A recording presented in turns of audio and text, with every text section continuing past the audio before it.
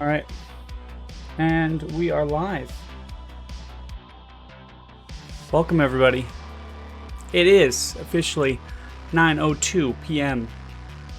U.S. Central Standard Time, and you are riding the bus. And also watching the Rantcast. Rantcast! Unfortunately, Kurgan could not be here with me today. He is on some personal business. So, it is me, and I have a special guest as well. I'd like to welcome MasterNorthernWolf, who will be joining me. So, thank you for joining us today, Wolf, and taking over as the replacement for today's episode. Yeah, no, thanks for having me. It's good to be here. Glad I could help. Before we get started, I would like to, because I don't have the message in the intro, like I said, I kind of mashed everything together.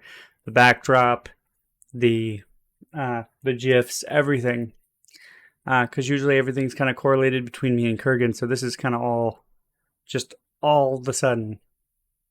But I do want to give credit to Karl Casey at White Bat Audio for the music.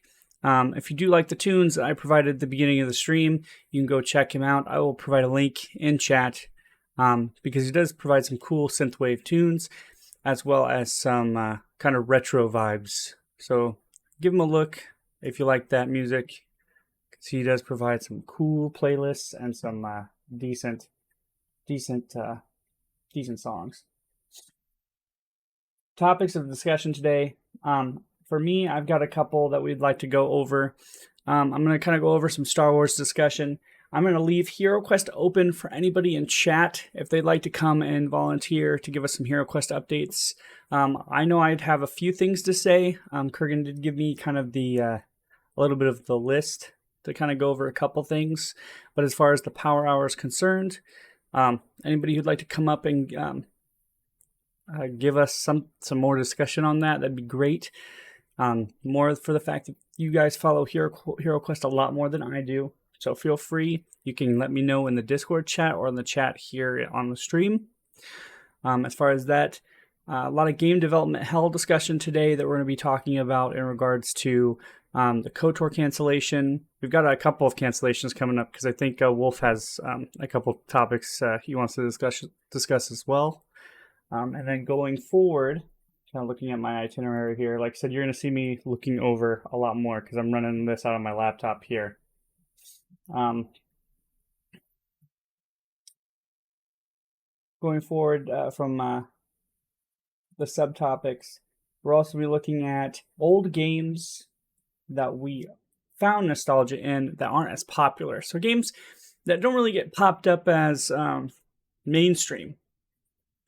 There's Earthbound, there's Super Mario 64, there's your classic NES games, Mario Duck Hunt, Mike Tyson's Punch-Out. But did you ever hear of the original Lord of the Rings on Xbox? The one that didn't get the movie license rights? I played a lot of that game, and I got nostalgia from it. So I'll be talking about some games that we found nostalgia in, but weren't as mainstream. And then Wolf, if you'd like to go over some topics as well to bring on the list, go ahead for us. Yeah, I know there's been a few things that have occurred recently, but the big one that I wanted to talk about today was the release of She-Hulk, the Disney Plus series that just came out today. But we also have got, we'll do some Star Wars talks. I've mentioned some stuff on stream before, just terms of like general topics that we might bring up and chat about. But there's also been, unfortunately, the Batgirl cancellation that recently occurred, and even The Flash might be canceled. The new movie coming up later this year, both which will have Michael Keaton featured in it, but unfortunately it might look like he's not going to be reprising his role as Batman. And this is mainly due to one of the other things I wanted to discuss was the Warner Media and Discovery merger. that a lot of these changes, unfortunately, are taking effect because of. But other than that, if anything comes up in the future, I might just throw it your way. All right. It's the best part about the Rantcast. We can go on and on and on and on. All right. So kind of just to begin here, we'll kind of start with our topics here going forward. Let's go ahead and take a look. Going to start with I'm going to start with my favorite topic here, and that's kind of going forward with games that we kind of found nostalgia in, but weren't really as popular. I'm going to kind of start with a fresh topic instead of a heavy one.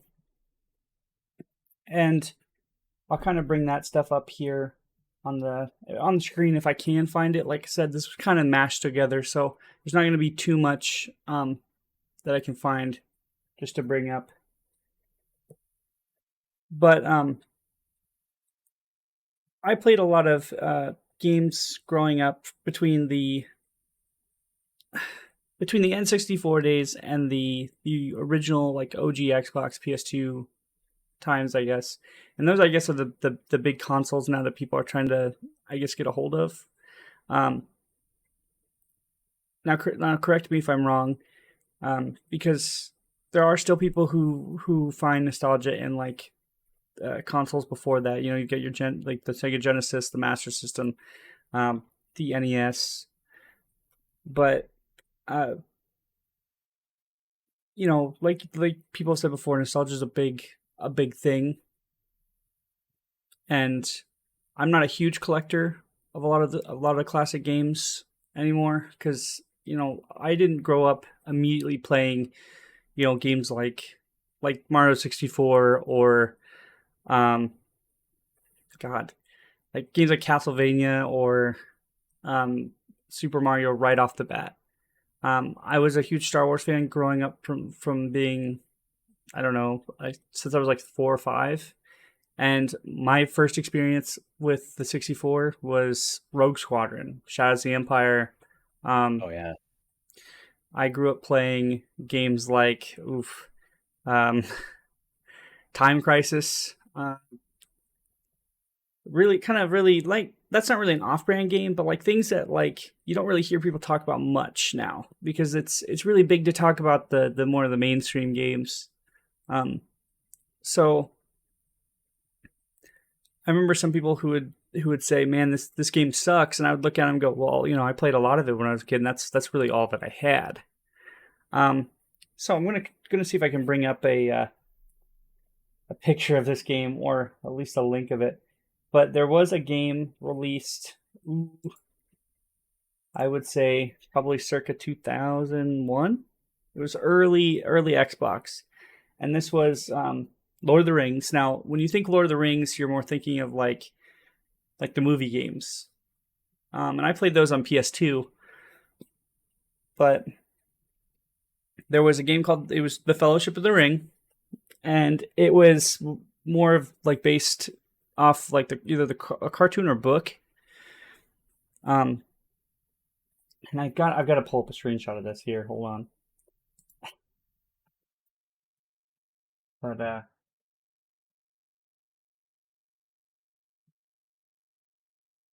pretty sure we can see if it'll actually pop up if you just search it through the Xbox library. But I don't know if did you know if the movie games actually released on the Xbox? Because I'm not sure if the movie games actually released on Xbox or not.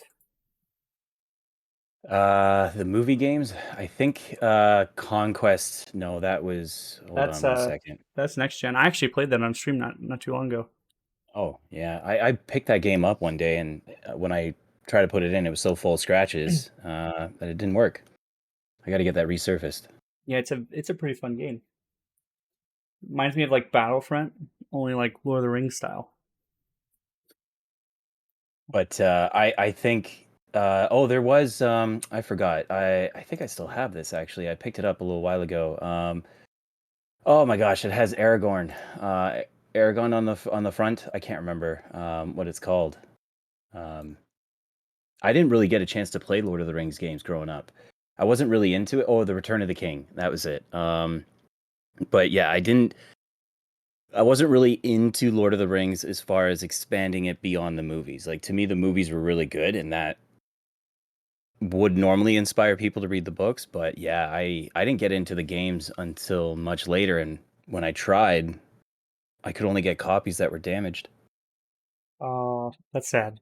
Link is in there because, like I said, I'm operating on my laptop, and for some reason I can't get this to capture separately. So link is to video credited for the user here, so you get his name pulled up.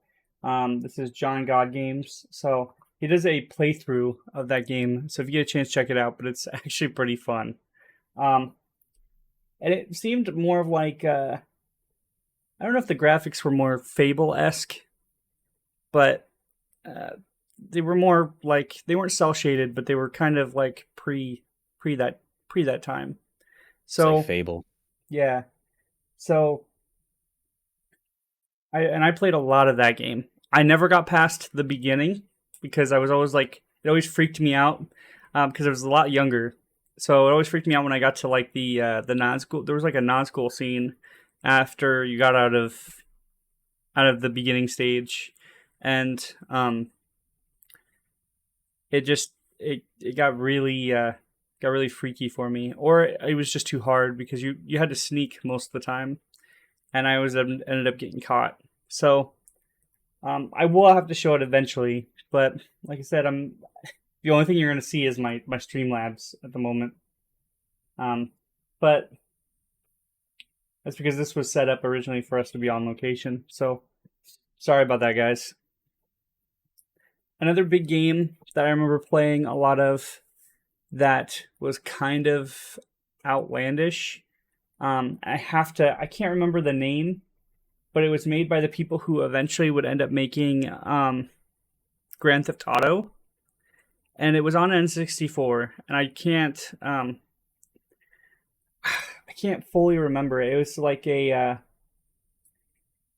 had the same kind of concepts, but you were defending the world from alien invasion, but you could get in and out of vehicles. Um, oh, hold on. Was it There's Monster Truck Madness 2 and Earthworm Jim 3D, I think that came out on the N64 from Rockstar. Or do you Oh This no, was I got the wrong. pre. Yeah, this was pre. Hold on. It was like a Body Harvest? Body Harvest. That's it. Yeah. I played the crap out of Body Harvest because around that time you didn't have a lot of open world games. So, like, just the fact that like I could travel around in a vehicle and fight alien creatures was awesome. Um, Yeah, wasn't there like a construction fighting open world game too that they had? You could like I oh, I can't don't. remember. You run around as like these robots and they look like giant construction vehicles or something like that. I can't remember. Things were so long ago back then, man. But that's the It's big hard to thing is remember. like trying to remember like the games. It's like the just kind of the odd ones out. So because I can remember like Turok and Turok 2. I've got like a boxed copy of Turok 2 still from the N64. It's just sitting in the on my shelf. Um, but it's the ones that like you don't have that like to me were still kind of good. They may not be good now when you pop them in because like there are other games that have like replaced them or have gotten better, but they kind of built that foundation. I remember playing like the Army Men games too a lot back in the day. Oh yeah. Um, like I think they're like Sarge's Heroes or something like that, and Duke Nukem 3D. I think it was either Duke Nukem 3D or was it Duke Nukem 64? Yeah, 64 I played a lot of too.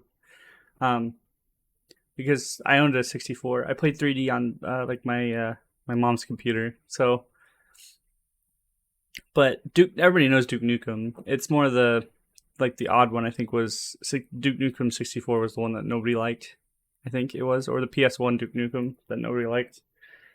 Yeah, I never got into those games. I didn't even pay attention to them, so it wasn't even like I wasn't allowed to play them. I'm sure if I asked, it would be no. But yeah, Duke Nukem for me, it was just kind of like if you happened to go over to someone's house and they had it on the computer, it was cool what you could see it when they were playing it. But like, yeah, the first Duke Nukem game I played was that Duke Nukem Forever on 360. That Oh was a mistake. God, that That was was a your big first. mistake. That was your first exposure. Oof, I feel bad for you. Is that really like first time sitting down playing and beating a Duke Nukem? Like I actually Oof. beat that game, and I remember like going near the end of it. Like like the textures aren't even done. Like they didn't even finish like rendering it. It was No, it was weird. yeah, it was a mess. And that was a game 10 years in the making. I played on stream the original build from 2001, and that, even in its uncompleted state, is a lot better than the 2011 release. Yeah, this It state of has games has just not gotten any better. no, and that one was taken over and finished by the magical Randy Pitchford himself. So Oh yeah, speaking I of haven't heard Randy that name in Pitchford, a while. yeah, yeah. Speaking of Randy Pitchford, yeah, we'll be going over a lot of topics in regards to development hell, but yeah, that game went through some shit for what 10? Yeah, it was about 10 years. So the copy that was released was the first revision, I think, from 2001, and they scrapped the whole thing because George Broussard didn't wanted to do it on a different game engine. What game Um, was this? Duke Nukem? Duke Nukem Forever, yeah, because Yeah. he was going to do it was going to be released in 2001 or 2002, and then he decided to delay the game to rebuild it from the ground up because I don't know if he was going from to Unreal or from Unreal, but I know he went from Quake to Unreal, and then there was another game engine that released. And he was like, "Oh no, this one's like way better." So he decided to like tell his whole team to scrap everything they did. Learn a new engine. Yeah, and learn a whole new engine. And by the way, they like by 2006 they still had like outdated hardware and stuff that they were working with, and Oh. yeah, like it was bad. There's a Like good at that point, just put the game out and just say, look, if it ever gets better, yeah. we made it this way because we wanted it to look bad like the old games. Like whatever. Just lie. Like, geez, man. 3 engines? Is that what you said? 3 engines? Yeah, like 2 or 3 game engines. If you want an accurate link, there's a link from that I'll provide here for. There's a segment that I watch called "What Happened," and they provide. This guy provides a really good, detailed overview of what happens during game development hell. And Duke Nukem Forever was one of those, and he tells it pretty well. Here, it's pretty good. I know a friend of mine is really into that YouTube channel. I watch it a lot. Usually when it's covering a game that I like the Force Unleashed 2 was covered under there, and you can kind of tell where things kind of went south in the second game. I still enjoyed it, but you can kind of tell by how short it was. I got to be honest, like maybe this is just a controversial take, but I always find it weird where, and I haven't looked at all of his videos yet, but when I see a game that he's covered that I enjoyed, I almost like, well, who cares what happened? It sold well, it did well, but then you still want to like look at it so you could be like, okay, was there anything bad that happened? And you don't want to like get anything too serious, but at the same time, it's just like, wow, if that game entered into development hell and still managed to come out and at least be enjoyed by me, like the big one that I saw was DMC. Like everybody I know, this is the controversial take, hated DMC, Devil May Cry. Uh, but I liked it just because it was different and I got a new Devil May Cry game where the mechanics were relatively the same.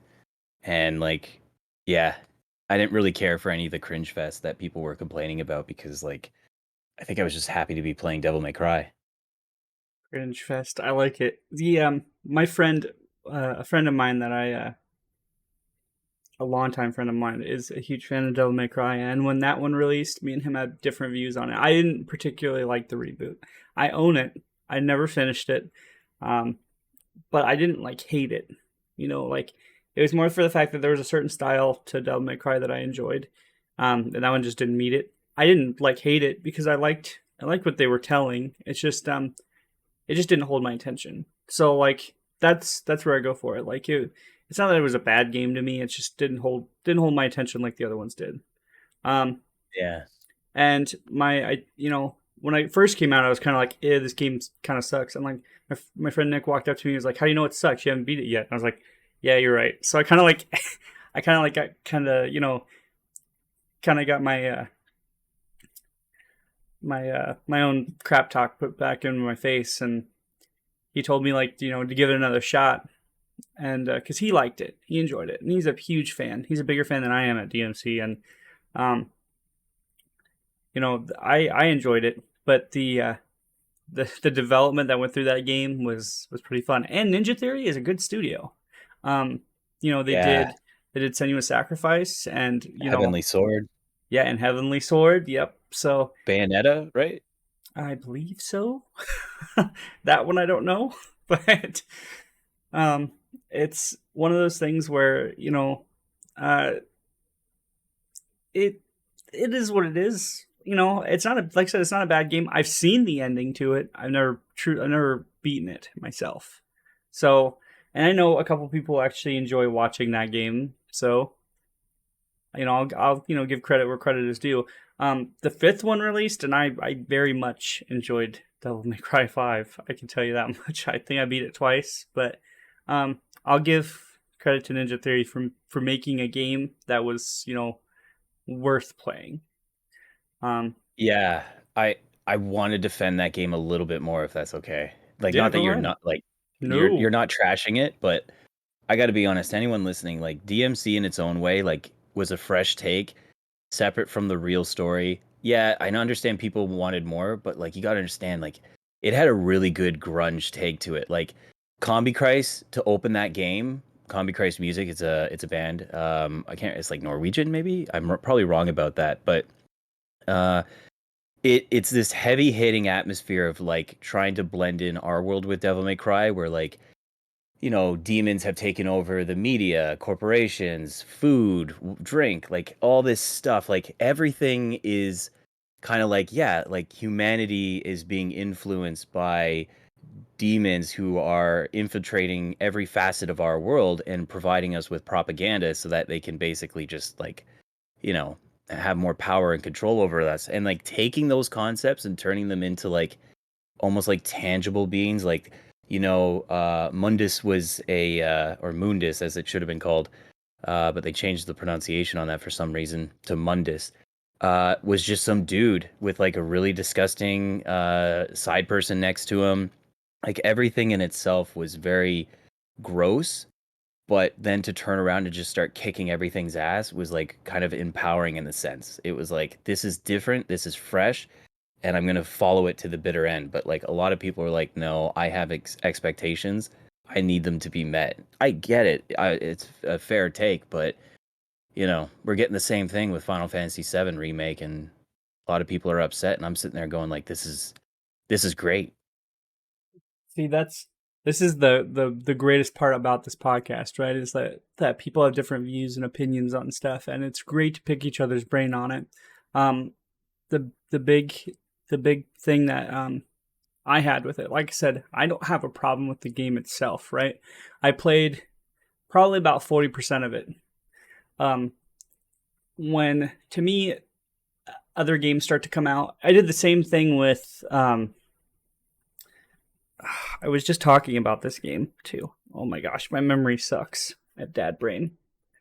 But I was just talking about this. Oh yeah, okay. So Arkham Origins, by the way, I don't hate Arkham Origins. In fact, I didn't even know it was like really glitchy at the end, or that I was gonna have that like certain issues. I didn't know about the whole like bat flippy thing that I was experiencing because when I played it the first time when it released, I didn't have a problem with it. Um,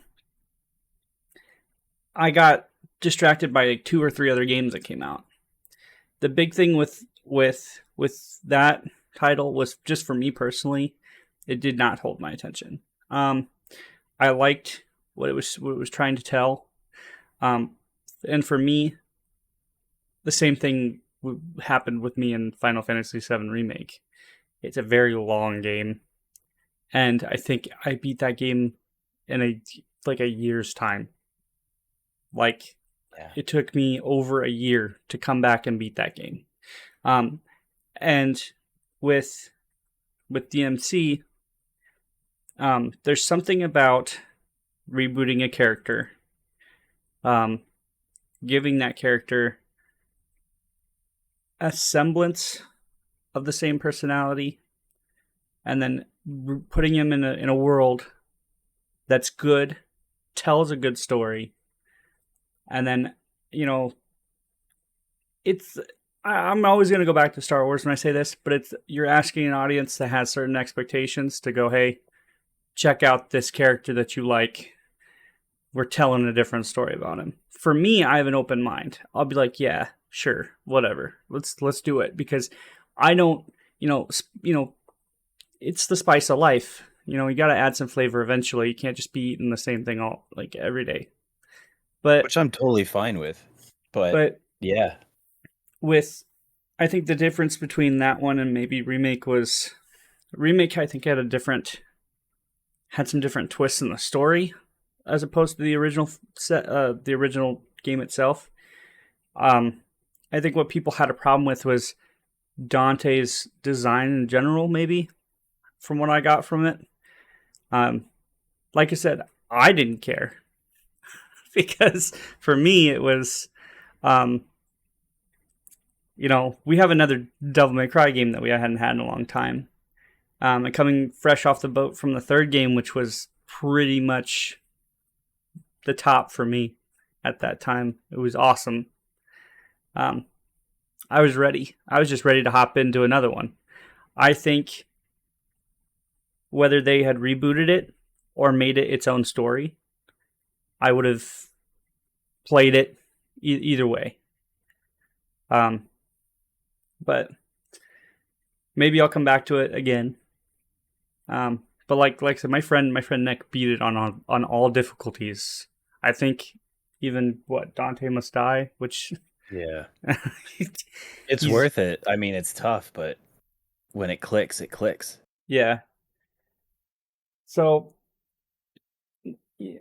like I said, it's for me. It was just a matter of I wasn't like a massive crazy fan of that genre for the longest time, and another game came out, I was ready to play it, and I just never got back to it. But I get it. There was a lot of cringy hatred. Like, I wouldn't refuse to play a game because the character's hair could turn black and he had like a different personality. I would probably silver when you went into Devil Trigger. Yeah, I probably would have just asked, hey, this could have been its own story maybe, or its own thing. I probably would have, and then creative liberties could be taken a little bit more than that. But if you're rebooting a franchise, then cool. I mean, at least you had the guts to do so.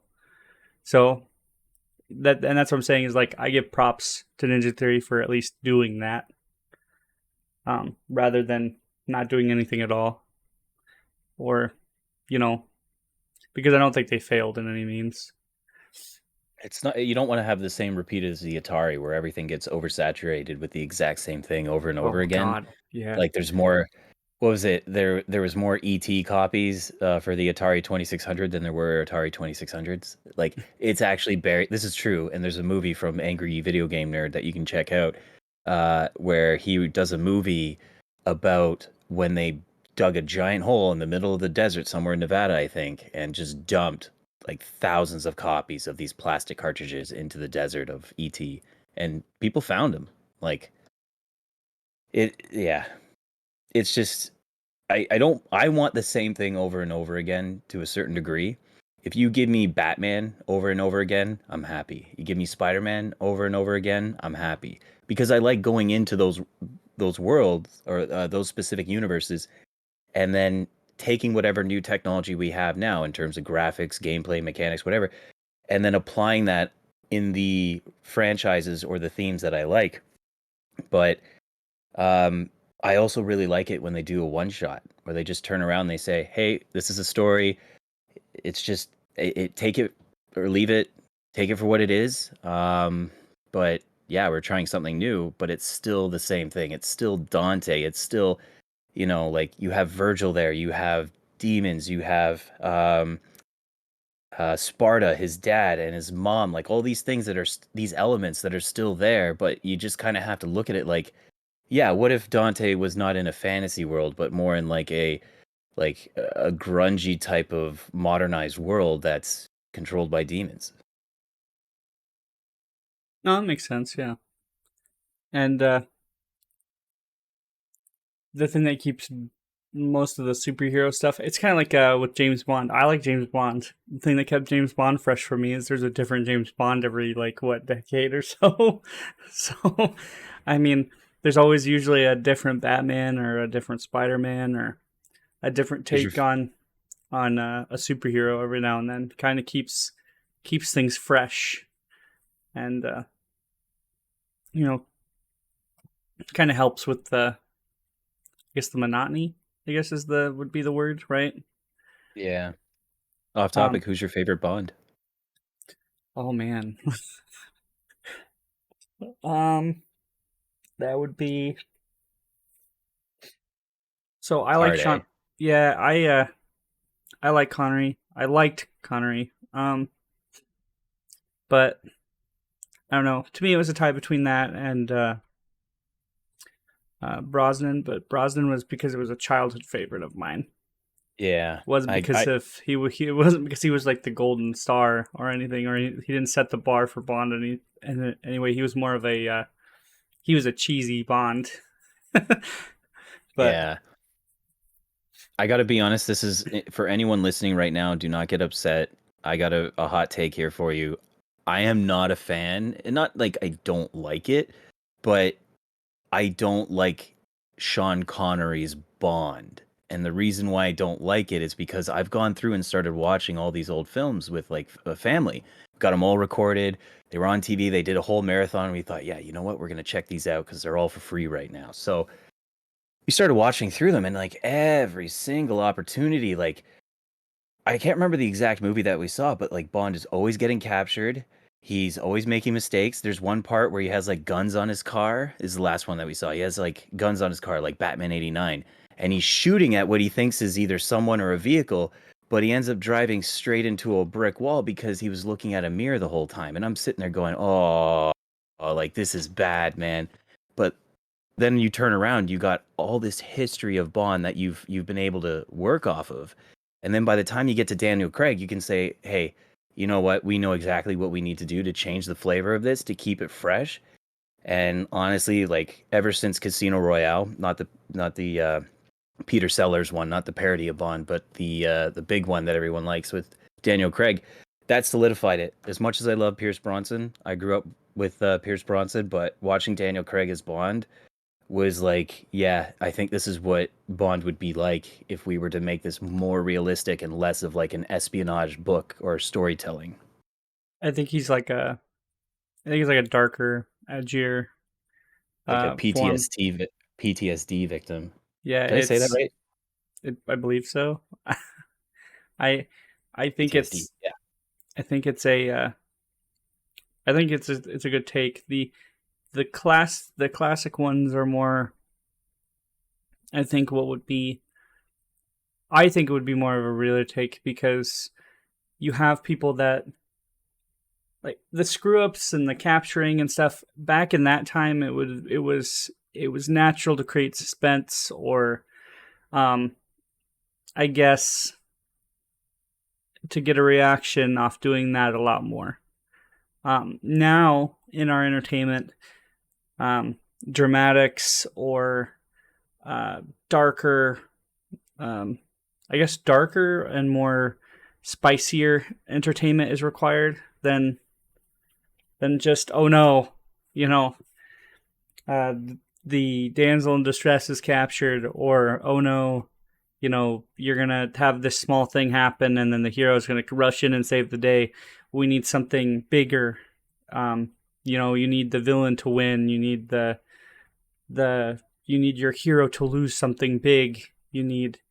Um, you need your hero to have something happen that he will never recover from, but it helps him carry on. Like we need to start getting into the deep psyche of your character, and um, I think it kind of for people who are growing up with stuff like that now, it kind of makes for some people, kind of makes a lot of those earlier movies a little bit stale.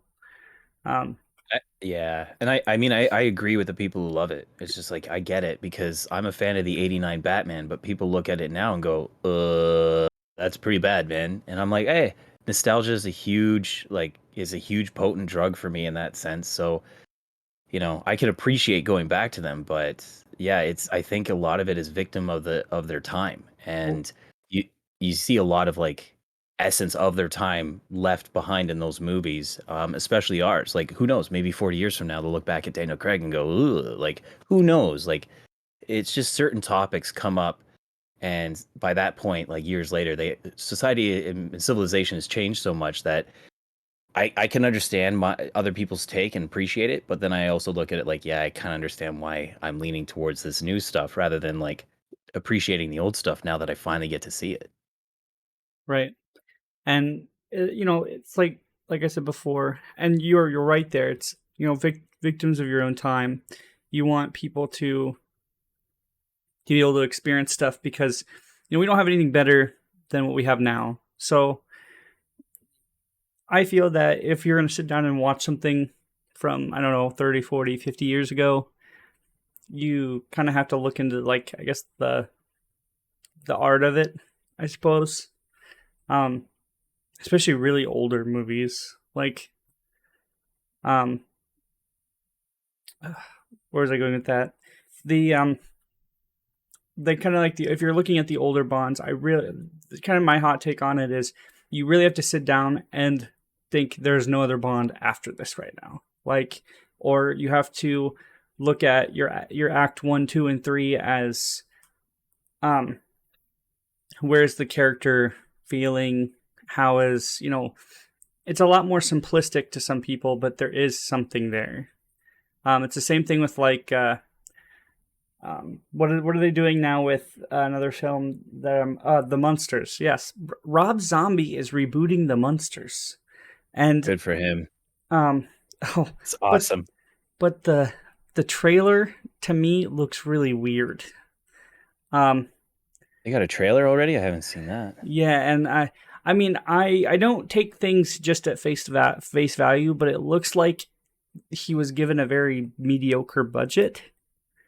And like I said, from how the trailer is described, I could have just cut a minute or two off the trailer, and he could have. There's a part where like they're introducing the characters with the original theme, and they're bursting out of the house and stuff. And I was like, I would have cut it right there and just done that. But there's a bunch of stuff that comes prior to that, and the font that he's using and stuff looks like something out of like something that I could just pull off a Word. I thought you were about to say like I or was so worried that you were gonna say Word. I was like, please don't say like those old 90 words where you can like like make yeah, the well, it's text like 3D. the transition like pops out too, and it's like it's really weird. And the guy who's playing Herman is the guy who played the Geico caveman. Like, so like I said, I think he's got, and I think his wife is playing what's her face? I can't remember, but like he's playing his wife, and it's supposed to be like an origin story of how they met or something. But like I said, I don't take anything at face value just off the trailer, so it might still be good. It just looks really corny. And like if I wanted something like that, I could just go back to enjoying the original. Because I used to sit with my grandfather, and I'd watch that 10, 15 years ago. We'd just sit and watch reruns of the Munsters because it would appear all the time on TV. So, I mean, if you're going to bring in a color version of the Munsters, I feel like do your thing, do your own thing, but there should always be a taste or value of the original somewhere in there. Which I think, going back to James Bond, there's a company that works with them, and I always forget the name because, like I said, I'm never fully knowledgeable in these things. But they always make sure. No, it's the people who own the actual IP or the name. Oh yeah, And the I can't. Fletcher. Yeah, I it's got like it wrong. Ian Fleming or something. I can't. Fleming. Yeah. Yeah, but it's they always make sure that when you're watching those movies, there's always a familiarity. whether you're watching the old ones, or the new ones, Bond always has an appeal. There's always something about him that will never go away. Same thing Yeah. I feel with Batman or with Spider-Man, with Superman. Because if it's not, if that appeal is missing, then a lot of people feel that the movie is off or like it's kind of weird. What was it about? Was it Batman versus Superman that people didn't like? Do you think that people though just like at this point either overtly like to complain and put like I'll be honest, I'm a person who loves to complain because anything that bothers me, I'll just be like, you know what, I'm just gonna talk about it. Like I'll feel better. It's like therapy at that point. But at the same time, it's just like everyone else complaining about things that I would otherwise enjoy. Like, yeah, I'll sit down, I'll watch a movie for a couple hours, forget about everything, shut my brain off. But then you go home and everyone's just trashing it. There's just like this reason, that reason, this reason, that reason. I'm like, it's so weird. But then once it starts going into like attacking people and stuff like that, I'm like, are you actually fans of this franchise? Like are like the Star Wars, for example, like do you actually watch Star Wars? Do you care about Star Wars? Or are you just like some troll going around being like, I'm gonna pretend to be an asshole online and I'm just gonna say some horrendous stuff? Like half the time I really wonder because it's the internet, man. Like how much of this is actually real? Like, are people just playing this up to make people feel like crap, or do you genuinely harvest, or it's not harvest, but do you genuinely like have these opinions within you that like are just for the extreme ones are like abhorrent, but the other ones is just like it comes across like no one enjoys anything, and I'm finding it very easy to be like where other people complain about things. I was like, dude, I shut my brain off for 2.5 hours and I came out of that theater thinking like that was badass. Yeah, I feel like the hateful ones. I feel like they've kind of brought their politics into their life and they have adopted them as a lifestyle instead of a belief. So it's not hating just the movie; it's hating a way of life more than anything. Um, so I don't think those are people are ever going to be happy. As far as just naturally complaining, I feel that watching a movie or playing a game, unless you're devoting a certain amount of time to it. So with a movie, usually I watch it twice. If I'm at a movie theater and I've watched it the first time, I give an initial opinion. Like the last Bond movie, for example, since we're on James Bond, the last one, um, I thought was badass. My wife did not like it. Um, and there's a spoiler, and I don't know if anybody else in chat has seen it, but it's a big spoiler. There's something that happens to Bond, and I I don't. I'm not gonna say it, but um, it's a big thing.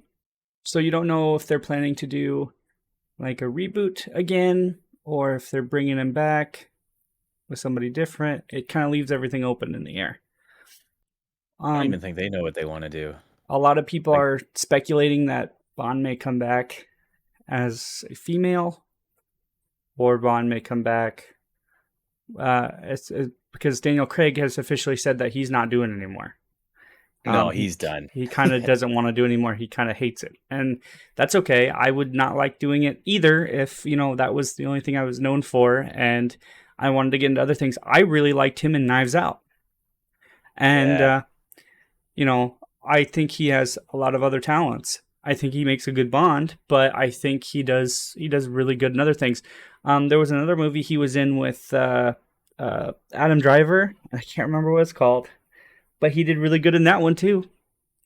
Um, it was a movie about them like robbing. They were robbing a stadium like underground or something, and I can't remember. Is it something Logan Lucky? That's it. Oh, okay. Yeah, I don't know if I've seen it, but I'm aware of it. It's good. You should give it a watch. it's really it's really good. Adam Driver's really good in that too. Speaking of which, really good actor. Got Yeah. really shafted in the sequel movies. So I got to be honest, that real quick, the Star Wars stuff with the sequels, like they're good if all you care about is performances from Daisy Ridley and Adam Driver. Not necessarily their characters, but how they handle the dialogue, the writing, the What was direction that they that? were given. That was it. That was it. Otherwise, those movies should not exist because, unfortunately, unlike the shows, at least in my opinion, they do hamper the purpose and meaning of the original films No, and as far as storytelling. I can agree with that. I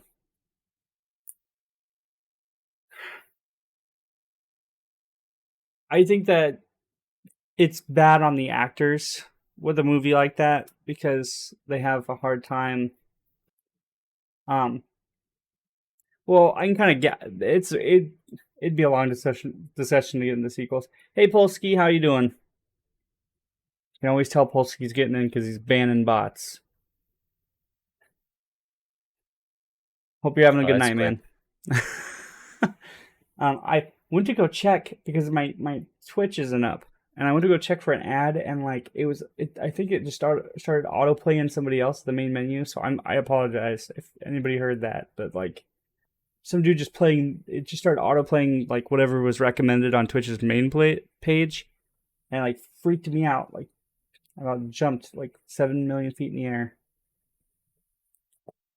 Just hanging out, decided to start Spider-Man on PC. Everybody's playing Spider-Man.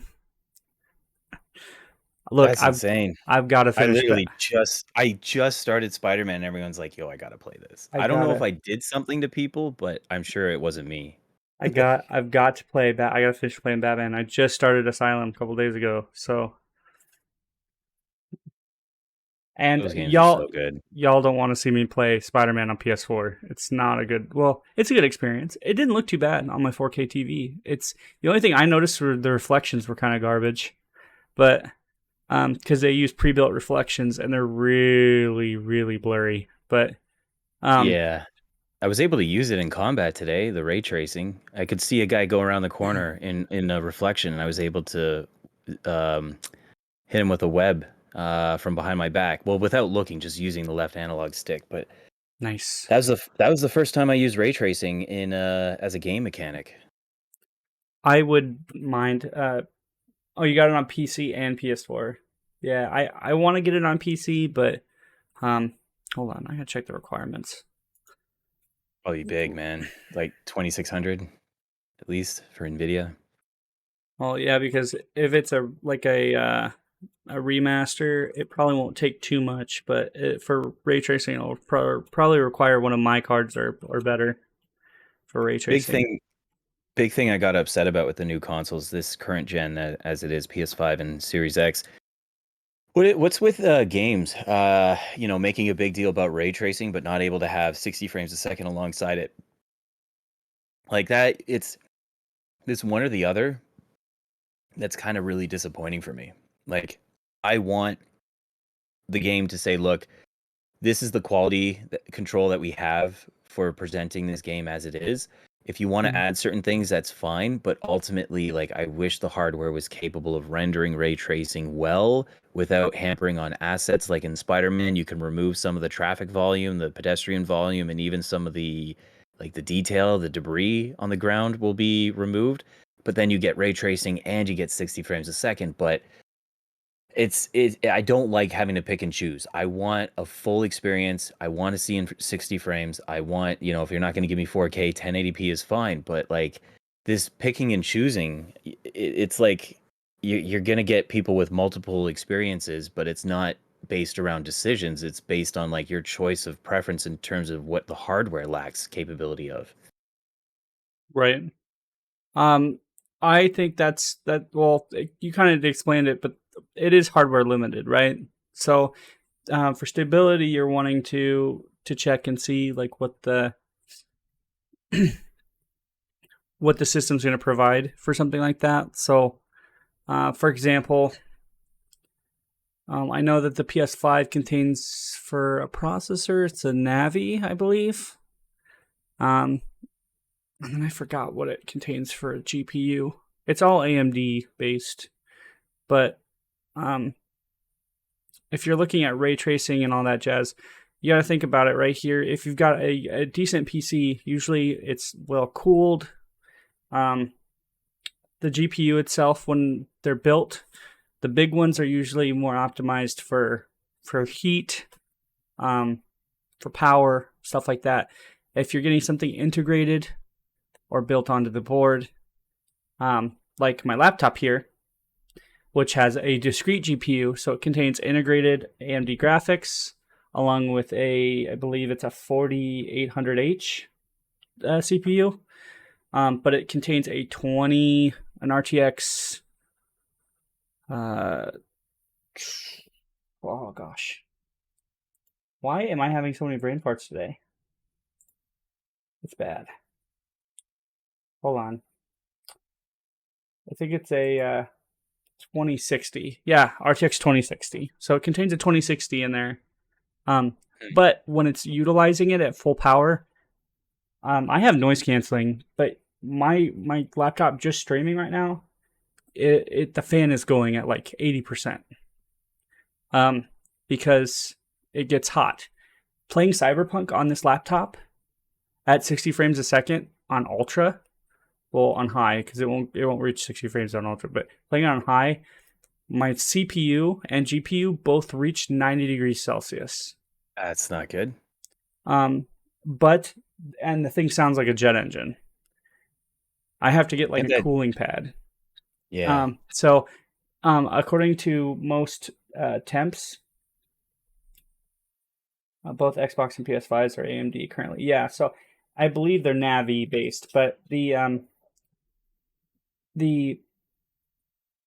it's supposed to be temped at that for high performance, but it will attempt to use the integrated graphics first before it tries to pull power off the 2060 unit. Same thing, I believe, goes for most consoles. A lot of that stuff's built onto the board. So power, utilization, stuff like that, it's all different. If they do a slim version of it, though, they're going to say, like, okay, we've increased it here and there, and maybe you'll be able to do that. But even the games aren't really designed for you to be able to run it. So hopefully the hardware can find a way to override it for some of these older games. But maybe it's disappointing. I want, like, if people are paying that much and games are saying you can take it or leave it kind of thing with certain aspects, it just feels like, shit, like I really wanted, I want it all kind of thing, that was the point, like to get to that next level. Next gen may change that again, but right now there are some issues with both Intel and AMD chipsets. Vulnerabilities have been discovered, so right now there are some inherent issues with both sets. Yeah, that's why I'm not upgrading at the moment.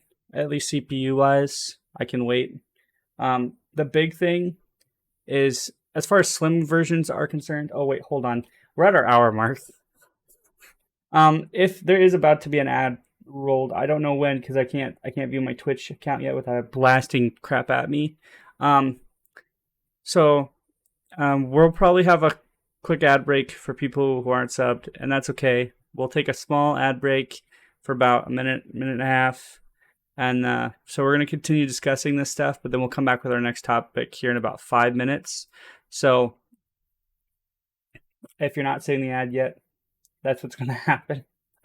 I usually give out an ad warning, but once again, I've been improvising this whole time. So sorry about the improvisation, and thanks for your patience, guys. But anyway, if they do make a slim version of that console, or of any console, it'll probably just be slightly more compacted, like the PS4 and the Xbox One were. But they're all thermal tested, and the last gen series had really good like airflow, at least. Well, at least the PS4 did. The Pro did not. I had a test for, but it was just pretty much the same chassis. So, heat just test, louder. Yeah, heat test came out to be about the same, but it's CPU and GPU for the vulnerabilities, so it doesn't matter where you have at the moment. Right now I'm taking precautions either way, full ski, but at the end of the day, like I said, I'm not upgrading at the moment anyway. Like I said, there's so much bullshit going on between shortage, or there was shortages, but there's so much bullshit going on between shortages, vulnerabilities, workforce layoffs and all that other garbage. I'm not worried. And there's not really a game right now that like requires me to want to upgrade. I'm not really in the market. If anything, I might just find another like 20 series card as a backup in case this one goes out. So I'm kind of like holding off on that stuff. But for anybody who does want to do another upgrade or another big like computer build, I would suggest, doing some research, or do what I do. Use your laptop for the internet. Use your other computer for internet connection to Steam and Steam only. Play your games on there. I'm pretty careful. Make sure like your network's secure. Get a VPN, stuff like that. But I don't know. I should go through the process of delidding my OG fat PS3. That's what I did. I put new thermal paste on mine, and I put not Arctic Silver, but Thermal Grizzly on it. That thing gets amazing temps. It never goes above 30 degrees Celsius when I'm playing anything, because that's supposed to be overclocking thermal paste. But yeah, Got like a good heat sink or heat transfer? Yeah, it's more heat transfer. I have done a lot of console, I wouldn't say restoration, because it's not like I'm like restoring the chassis or anything to it.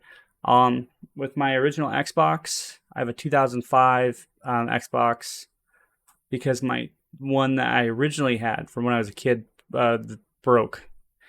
So my friend gave me his like 10 years ago, and I pulled it back, and it saw the original thermal paste on it. So it was about 20 years old. Pulled off the top, cleaned out the insides, made sure the fans and everything were cleaned and were running well. Pulled off the GPU and the CPU heatsink and fan. I think they just have heat sinks, but the funny thing with that is they used cheap thermal paste on it. And when it gets old, it gets very hard and nasty. So I'm surprised that thing was even running. But it was so hard I couldn't pull the heatsink off. I would have broken the board. So I actually had to turn it on, let it run with the case off for, I don't know, about 10 minutes, let it get really hot, and then turn it off, unplug everything again, and then I could pull off the heat sinks, because then the thermal paste was soft enough to remove everything. And then I had to clean it off while it was hot. So Yeah, I can't do that. The first time I tried to apply thermal paste, I put the fan on it, was about to set up the clips, and as soon as I was putting them in place, the fan just went whoop and like slid, spreading the thermal paste everywhere. And I'm like, how? Like, how do physics even apply in that matter? Like, it was ice skating. It was done. So I cleaned it up, and I took it to a local shop here in Canada land, and yeah, they put it together for me, and honestly, I've been going to a local shop ever since, just because like I don't trust myself. Like if I could get some old crap together and throw a computer together with some old hardware, I'd practice, but I can't risk doing that again like an idiot. I mean, if you ever do have an old computer, it's probably worth it, because it does save you some money. Because a lot of people will charge you an arm and a leg to put stuff together anymore.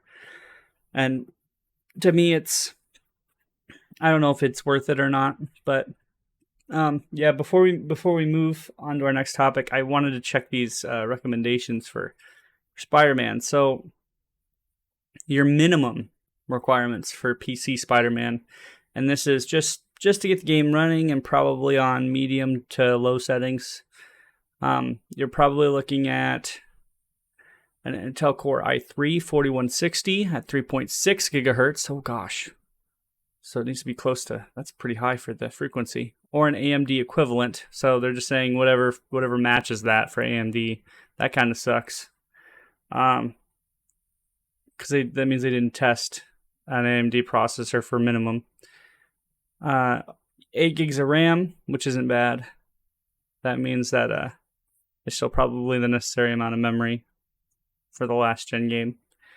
An NVIDIA GTX 950 or an AMD Radeon RX 470. And you need to have a DirectX version 12 and 75 gigs of available space. Wow, that's a lot of space. It's a big game. For the recommended, and this is probably for, I don't know if this has ray tracing settings or not, because it's not telling me ray tracing settings. So this is for recommended. So probably on high or ultra without ray tracing, you're probably looking at an i5 4670, 3.4 gigahertz, or an AMD Ryzen 5 1600. And then you're looking at 16 gigs of RAM for the recommended. A GTX 1060 at 6 gigs of VRAM, or an AMD Radeon RX 580 at 8 gigs. So you'd be able to play this if you had the CPU.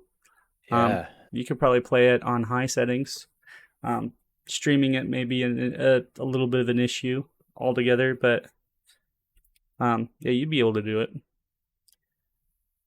Yeah, I was surprised to see that. It's what was that, a 1070 or 1090 or whatever? I just closed it. I got a 1050 Ti, so I'm surprised with that. And I think I don't know how to properly say this, but like I have an i5 like 12th gen, or if I'm not supposed to say that, it's like a 12,000 series. I don't know, but 12th in gen. comparison, yeah, in like comparison to like an i7, but that's good news there. If I can certainly run it on like older hardware. Yeah, so if you're looking at, I don't know what model the 12th gens are. So if it's 4670 for the Intel Core, is yours like in the 4000 series or higher? Higher. Yeah, then you'll do fine. As long as it's not an i3, yeah, you'll be fine. What's your Yeah. frequency? Do you know? No, I can check. Let's see if I can find it, but Yeah, but you should be fine. And it's a port from PlayStation, so you're probably looking at, I don't know how well optimized the game is, but they say it has graphics quality options for unlocked frame rates, as well as NVIDIA DLSS and DLAA. Upscaling for AMD FSR 2.0 is also supported, so it'll probably give you some settings for that. I don't know, because last time I checked, RTX cards were the only thing that were able to do stuff like that, but I'm not sure. Also used ray tracing and ultra wide monitor support. I've got like a 3.69 gigahertz here, so I'm curious to see how that would work if playing Spider-Man on the higher settings. You know, obviously I can't stream it on the same computer, but hey, it'd be nice to have. Yeah, you'd probably be fine. Even if it doesn't give you the DLSS and stuff like that, you'd probably be okay. Pretty big day for Marvel though overall. Oh yeah. Did the game just come out today too, or no? It's been out for a little while. I was thinking about grabbing it, but I don't really want to spend another $60 right now. No, especially on a game I already own. I like to, which leads me to my next thing, right? We were talking about frame rates earlier today, and because you bring up like you can't, it's an issue for you for a game to go at 30 frames, right? It's kind of like a big thing. If 60 frames is available and I go from 60 frames to 30, it's jarring. But if you give me a game that's like, well, this was made with 30 frames a second, I have no problem going into it. But even better if I can mod it to have that 60 frames, because it's easier on the eyes in terms of like how my brain processes it, because there's more information coming in at once. So now that I've experienced 60 frames a second, for me, it's just like, oh, it's so smooth. You never want to go back.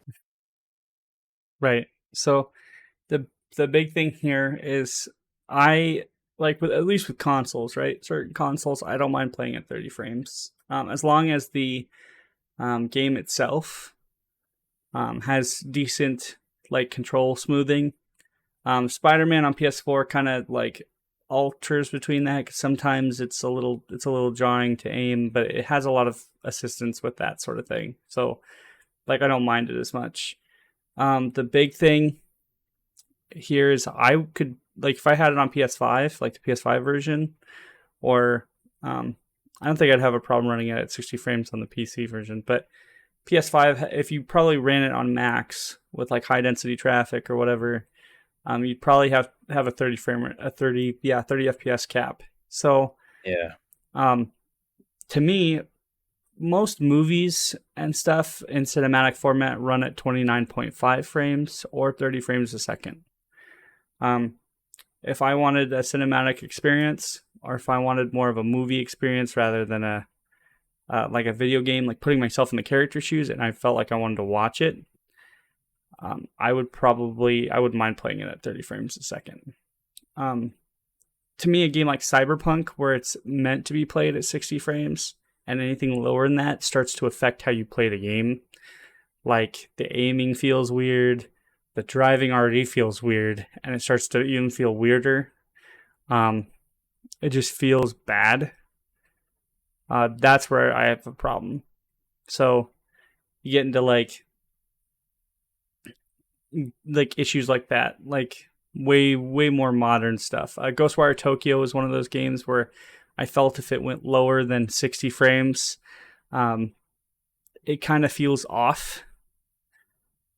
So I guess overall first person games kind of feel better for me at 60 frames a second. But I feel like they're more designed to be played because they're usually tested at a higher frame rate now. So like kind of aiming with a controller or playing with mouse and keyboard at anything lower than that kind of feels weird. HL, how are you? I'd be interested to see how people, like, what the difference between 60 frames a second and 144 hertz is. I can pull that off on the monitor here in front of me, but like I would need to make sure, like, I have everything set up a certain way, and then I would want to flip between the two, because I've heard people say that 144 hertz is like, say, necessary for playing a multiplayer game, so you can have like better reaction time. But yeah, I didn't even know that about movies, that they were typically at 29 frames a second, because I don't notice that. Like when I'm watching a movie, it feels smooth, but when you use that in a game, I'm like, oh yeah, it's jarring. I notice the difference right away, especially if 60 frames is available. So I don't know about now. Some, like, maybe some cinematic things will use like smoothing to help with that, but I've always been told that like most of your cinematic experiences are done at a lower frame rate anyway. So when you're recording, they're recording in usually 30 frames a second, like naturally. We've never been impacted. It's not like we didn't have the technology to go higher. Like 10, 12 years ago, I had games that could play at 60, 80 plus frame rates, and my video cards didn't die. I remember playing Resident Evil 5 at like 60 frames a second back in 2010, 11. Yeah. I had like a 9800 GT, I think, at the time, before I went up to like what was it, a GTS 260 or something like that. Yeah, it was. And then to my 560 Ti, but like it was one of those things where frame rates have become such a big thing because we're into competitive multiplayer, and there's esports, and there's all this other ridiculous crap, and people think that like you need that one extra millisecond of reaction time, so we're gonna spend an extra $1,000 and get it. Like, yeah, my monitor, I have a monitor here that with a display port can get up to 180 hertz. I've went from 144 to 180. I've gone down to 60 and 180. The difference on my desktop there isn't much. I don't have a video card powerful enough to play the game at the full 180 unless I turn the graphics settings down. I've played Horizon at 144 hertz, and I've played it at 60, 80, 90 frames a second before. To me, there's not much of a difference other than the fact that certain things pop out a little smoother. But if the game is designed to be played at that high of a frame rate, certain things might come off like choppy, or, I feel it's more hassle than it's worth. And when I'm streaming, you don't have to worry about you don't really have to worry about it anyway because most of that stuff's captured at 60 frames anyway. True. So I usually now have just dumbed everything down to 60 FPS because one, it's easier on my video card. Two, you only ever see it on stream at 60 frames a second. And three, I'm not competing against anybody, so I don't have to worry about it. And it's like it prolongs the life of my graphics card, which I don't have another, I don't know, $800 to $1,200 to spend at the moment. So to me, that's the difference. The big esports guys can spend all their money to get that buttery smooth 180 frames, 200 and some. I remember some kid talking online once why he couldn't, like, what's the graphic settings for Call of Duty to get it to play at 200 frames, and I remember commenting at him and saying, why would you need it to be that high? Like, what computer do you need right now, or what are you doing to warrant that much FPS? Your eyes at the moment can only see so many like frames at one time. So like, I mean, I guess you At a could just certain point, do you even know what you're talking about when you say like, yeah, it, it's a weird thing to like, because that's what you get into. It's like, dude, your eyes can't even process light that fast. yeah, like are you now just having a pissing contest? Because that's to me what it seems like. What would it do for you though, competitively? Nothing. Like you right there, you're just relying on your reaction time at that point. Because you could be at 1,000 frames, burning out your video card probably, and some dude who could probably still kill you in Call of Duty. It's you still have to rely on your own personal like skills and your own reaction time and how you play the game.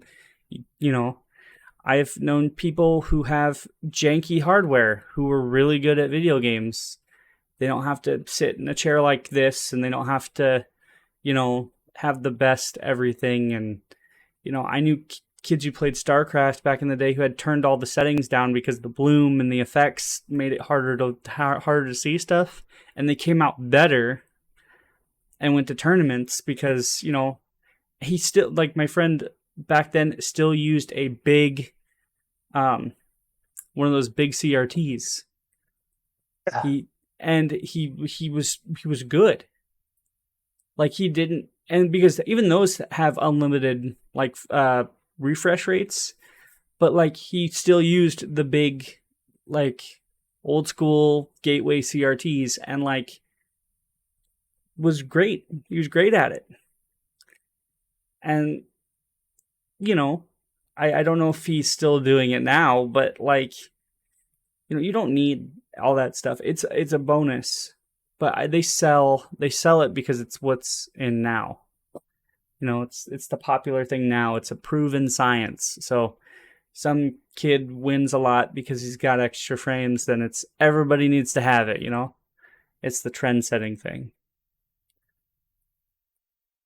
But before it was VRAM, I think, and then that's why they had cards with ridiculous amounts of VRAM in them a couple generations ago. Like my card has 12 or 11 gigs of VRAM. What game am I going to play that requires it at my current generation? Nothing. My game will still lag because my current GPU cannot handle a game that would require that much unless I'm like doing rendering or something with it, I guess. But I have a card that has 11 gigs of VRAM in it.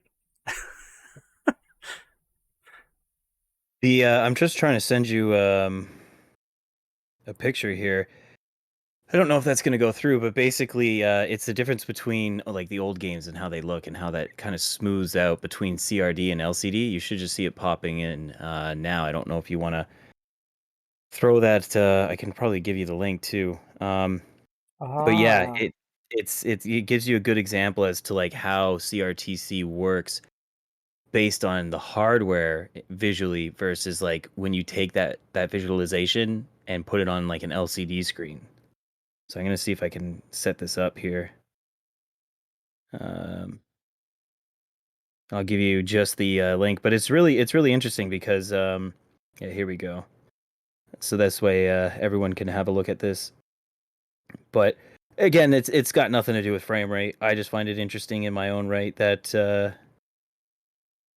maybe this is why we thought games were as good as they were back then, simply because we had the help from crappy hardware that said, well, since the games are being designed on it, this is why and how we can get away with making it look like, what we want it to look like. Like, that's why back in the day, like when I was playing Super Nintendo, like especially something like, say, Batman Returns, I would look at that and go like, games will never be better. Or Super Mario World and be like, games will never be better than this.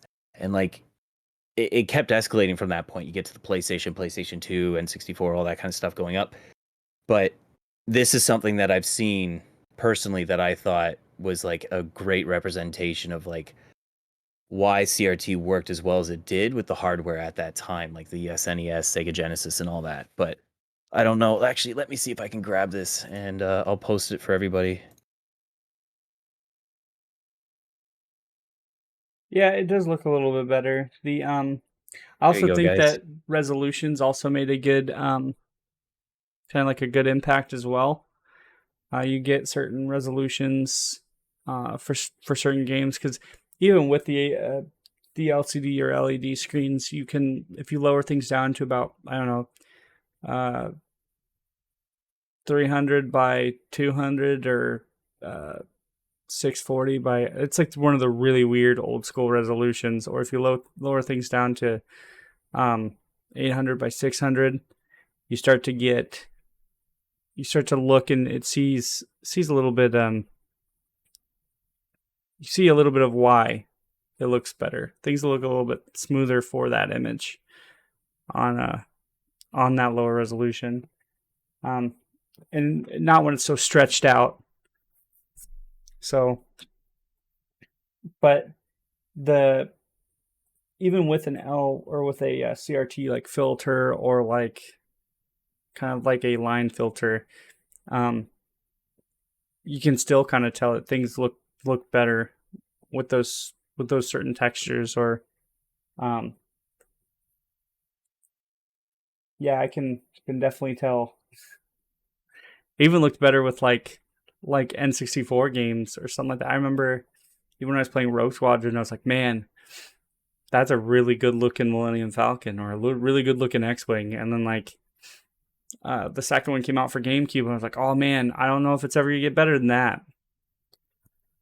Yeah, that's something I definitely repeated to myself Ooh. over and over again, where it's just like, I don't think games are ever going to look as good as they will. And then once you got to like PS3 and then you see Last of Us, you're like, okay, we got to keep going.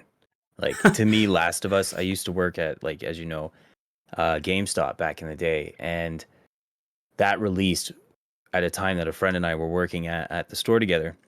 And that was like a huge topic of discussion, was just how good that game looked, but played. And I think that game in particular had an impact not only on storytelling, but just on the visualization alone. And now when you go and take a look at like the Last of Us remastered, and then I'll see if I can find this image, and then Last of Us not remastered, but the remake that they're doing. Um, it's crazy because the art direction looks perfect for Last of Us as it is, and then was enhanced in the remaster. But now that they're remaking the game and you look at it, like there's even an image of Ellie, it's an uncanny look. It's very disturbing. So I find that the point of what I'm trying to say is a lot of people will push the envelope in terms of visualization. And that's where I look back and say, you know what? When I used to think like it's never going to get better than this, I would think, well, it shouldn't. It doesn't need to get better than this until we understand like, what kind of art direction we're going to take. How does it work with the animations? Like, we don't need to constantly make things look as real as they need to, because we can appreciate so much more for like the different art styles that exist today. Like, one example was Borderlands. I think one of the reasons why that game did so well, other than the differences in guns, was the art direction. That cell shaded look. Right. Same thing with like Budokai and stuff like that. It had like that same kind of, well, I think Budokai 2 started the cell shading, but Oh yeah, yeah.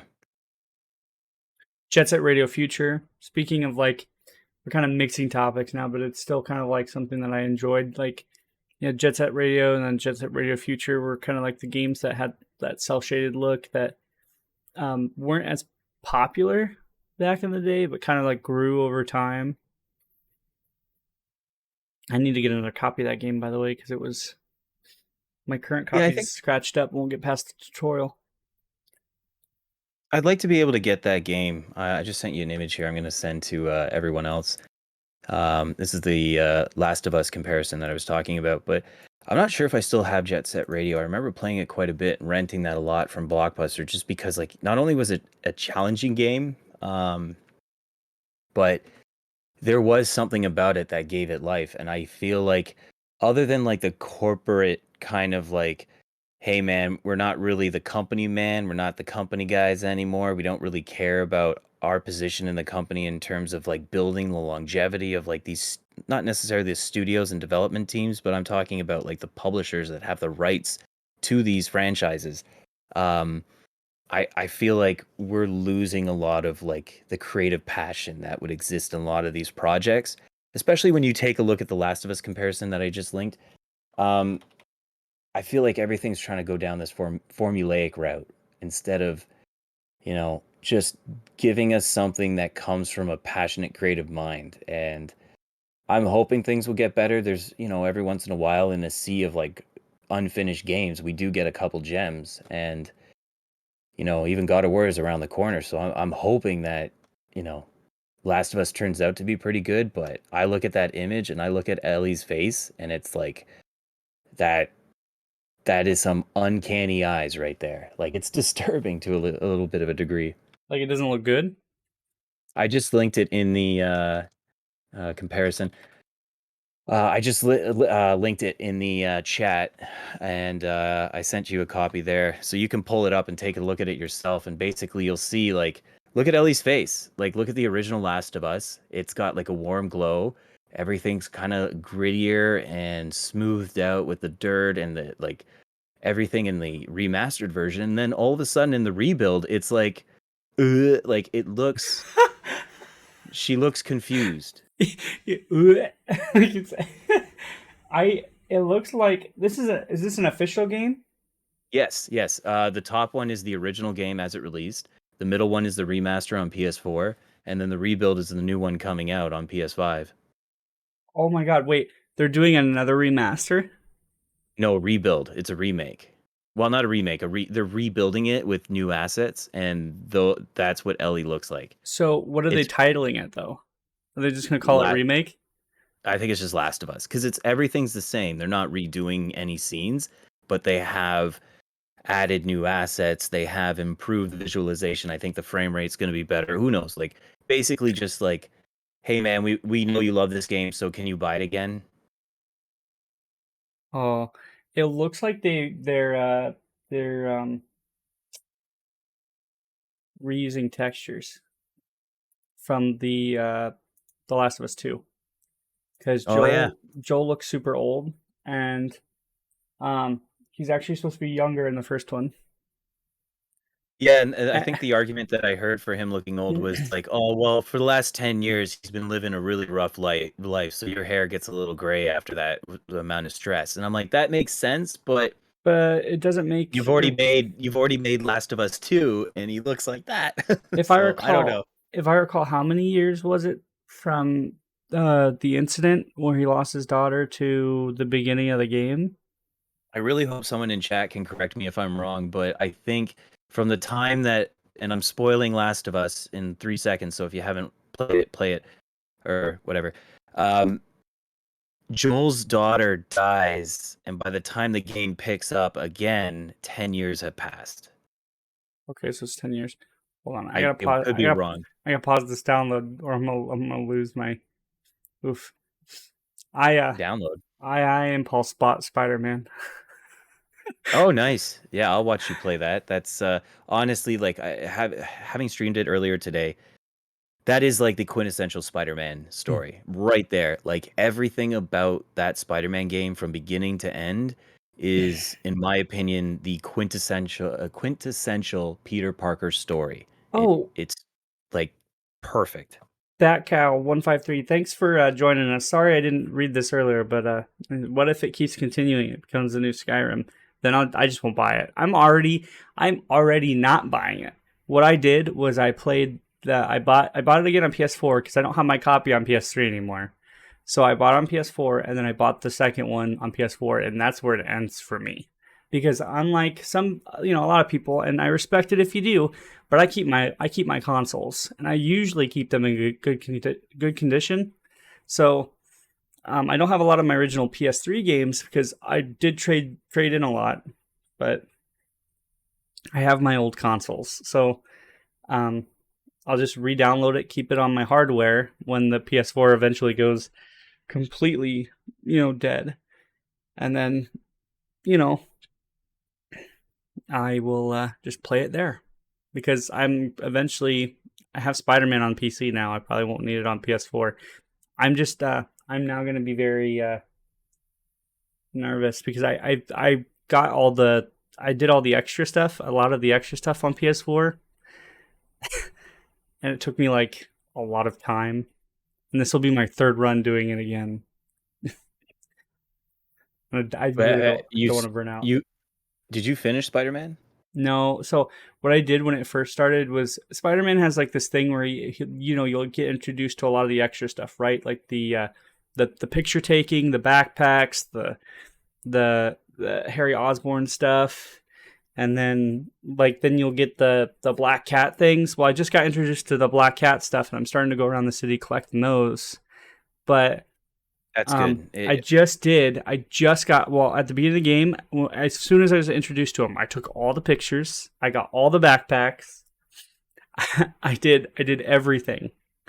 Except for, I haven't done all the Harry Osborn ones yet. I got most of them. But it took me 12 hours. Because I had to do that, and then I did something else. And then I did some of the story. I just burned out. On all the side quests. And then I just stopped playing it for a while. And that's what happens is I'll play it. I won't play it for a while. I'll come back and I'll be like, how do you play this again? And I'm like, where am I in the story? I'll just start over. And I'll start over. And then I'll be like, oh no, I unlocked a lot of stuff. And now I'm having trouble. So yeah. Wait. Yeah. What does this say? Doom 64 is free on EGS. It feels wrong to say this right now, but I think it's cool. No, that's all right. I already own Doom 64, so that's fine. I did that too as soon as I got introduced to them. Now I'm waiting for Crimes because Undies suit. There's an Undies suit. Oh my gosh. There's an Undies suit. I'm definitely gonna have to check that out. Yeah, I impulse bought Spider-Man. I really wanted to grab it, so I grabbed it. It won't take long for me to download it, but I don't know if I really want to restart it or not. So that's going to be the big thing. That's going to be the big part. If you 100% the game, you get a suit with naked Spider-Man or just, I'm guessing you're the undies suit. Oh man.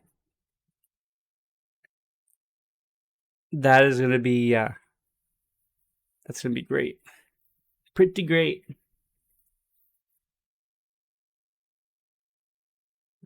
Undies and a mask.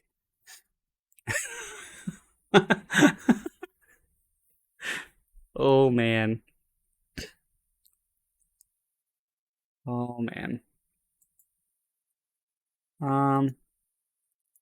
Let's see. Yeah, but I've got to finish Arkham Asylum. I'm gonna do Arkham Origins. Oh yes, topics that I was wanting to talk about. So we had talked about old games that were nostalgic but not popular. Kind of going down the development hell like Hell Road. So we were covering KOTOR cancellation. Yeah. I referred to last rantcast that I believe it was last rantcast that KOTOR had been indefinitely delayed, which to me just means it's either canceled or it's not coming out till I'm like in my 40s. So,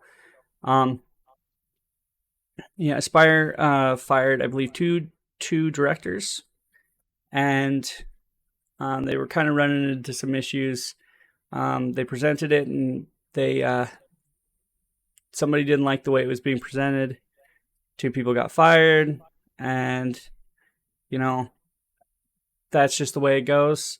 I feel in this case, um, the way they were kind of presented to do the game, I feel it was kind of like almost like a GTA remastered decision, because um, you're letting the people who do the ports of the Star Wars games do the remake of that Star Wars game.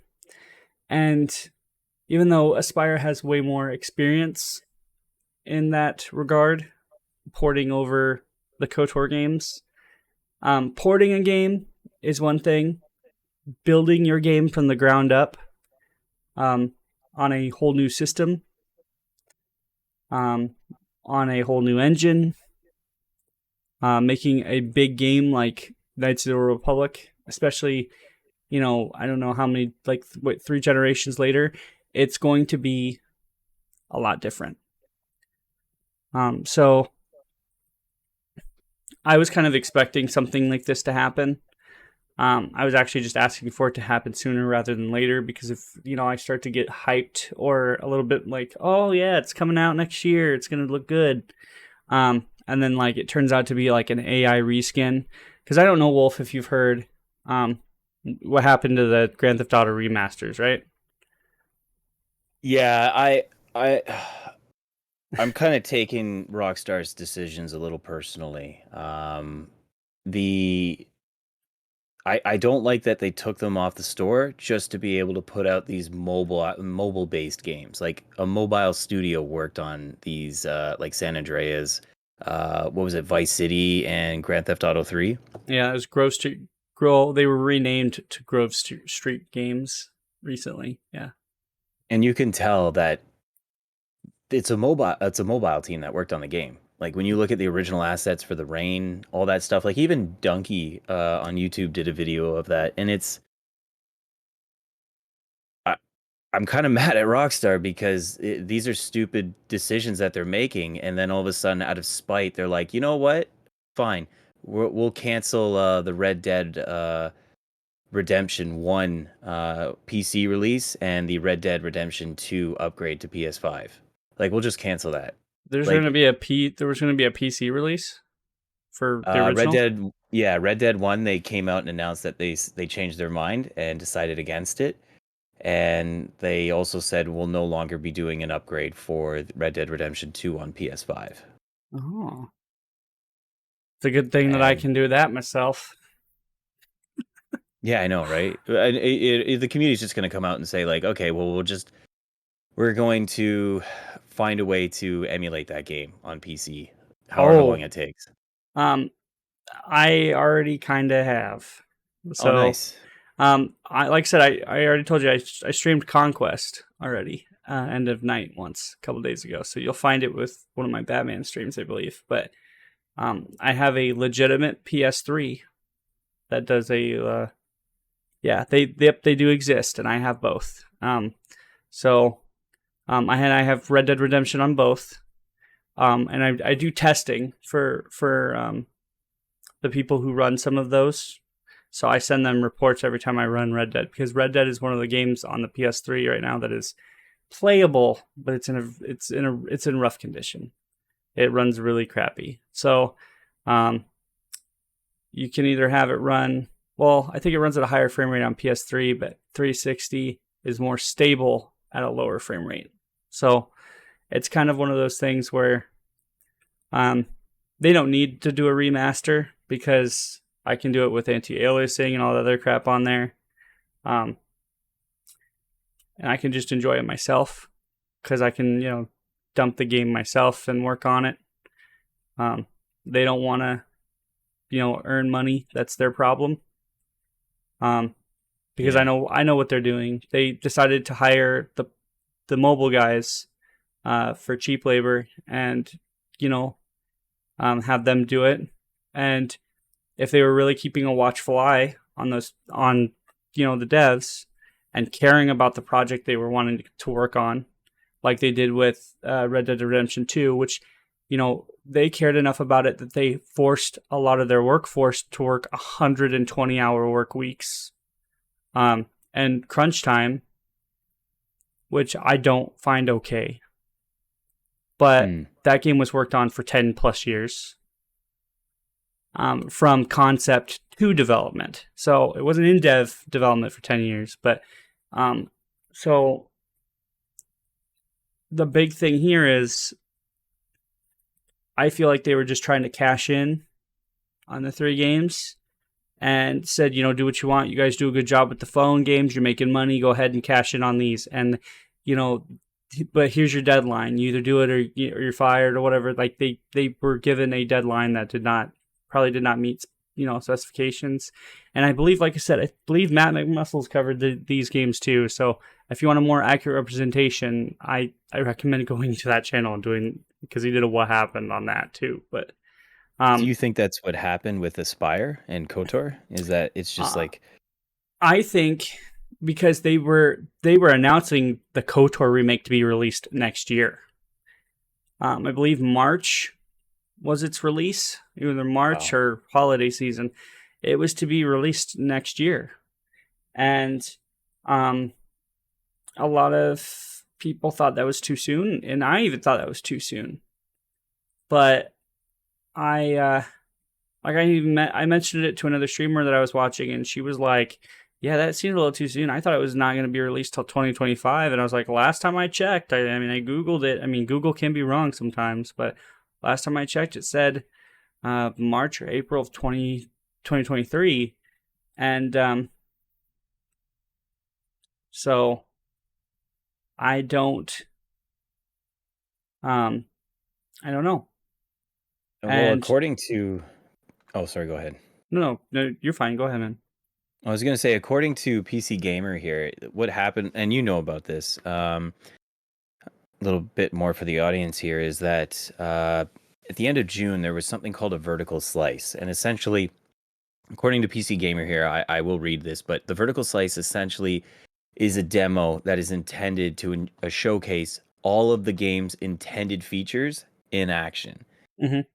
And I don't know if anybody knows who Ron Gilbert is. He's a guy who's worked on Monkey Island. It's an older game. And he once called them one of the dumbest things the game industry has ever come up with. And apparently, this vertical slice that took place for Knights of the Old Republic, this demonstration was played to some of the top executives back in end of June. And by the end of July, the 2 lead art directors, the two leads on the game, creative leads, were fired. And from what happened is they may not have seen the trouble coming, but according to PC Gamer here, sources told Bloomberg that Aspire's studio bosses weren't pleased with the state of it or the amount of time and money that had been put into creating it. So when they say that it's delayed indefinitely, I think what they're really avoiding, but ultimately we'll get to, is we're going to cancel it.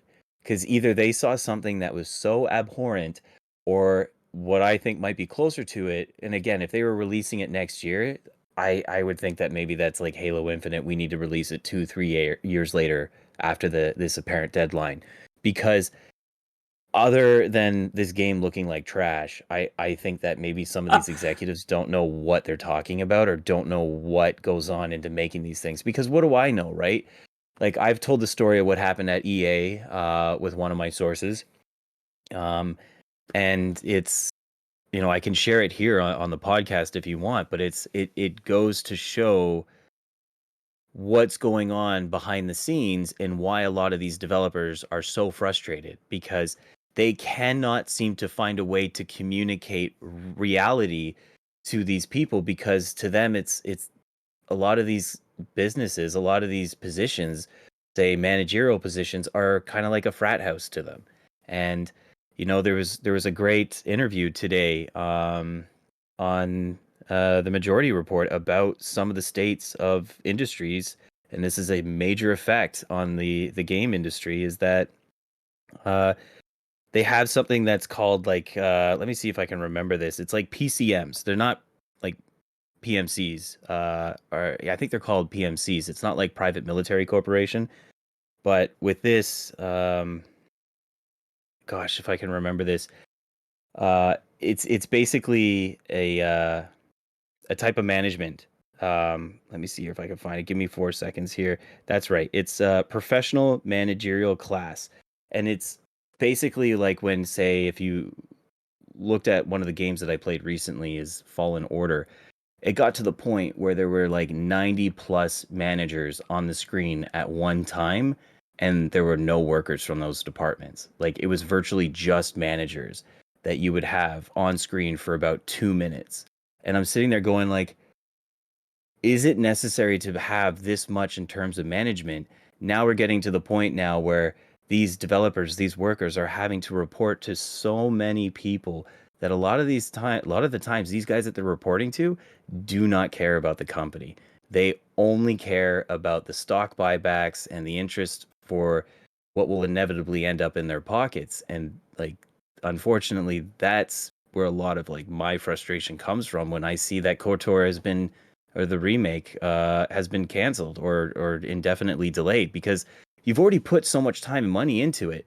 You have 1 year left before release, but you're gonna put yourself in a position where you would just rather like the Batgirl ending, just drop it and leave it. Yeah, well, they can't invest any into it anymore, I guess. Like, it's one of those things where they go, this is kind of just a dud. We'll drop it They and cut we'll their go, losses. yeah, cut our losses. And now instead of trying to make money on it, they're going to drop two people to try to make some money left, or try to try to help with that negativity. I suppose.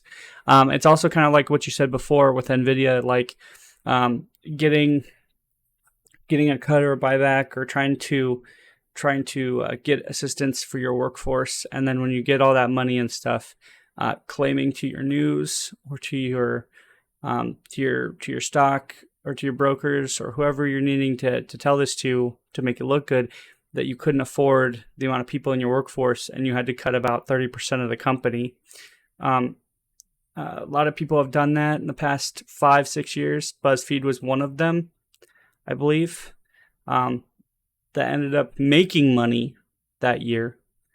I believe it was like 2018, and then cut 60% of their workforce after that.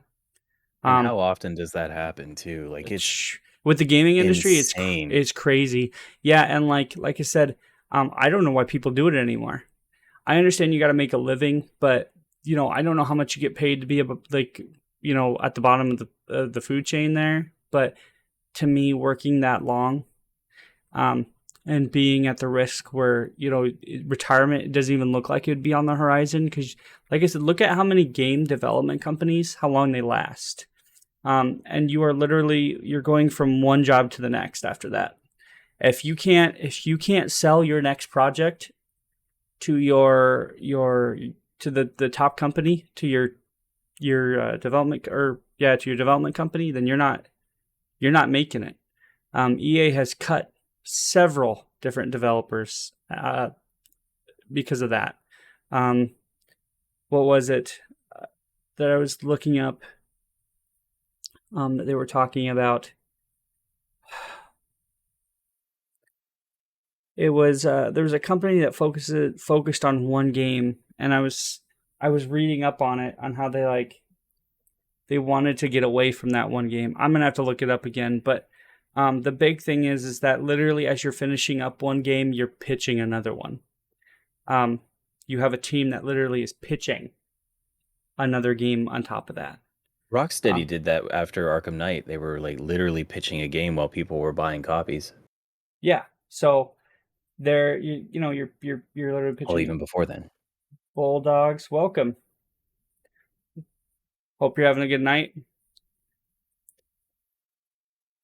But yeah, like, and it's kind of like one of those things where, you know, there was going to be certain sequels. Oh yeah, Dead Rising. That's the one I was thinking of.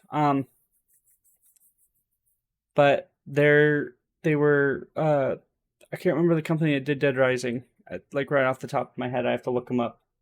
But it's actually a really sad story. Like I said, comes from what happened, but like this is It why was I look up a lot of Capcom Vancouver. yes, yes. In fact, thanks, Wolf. So the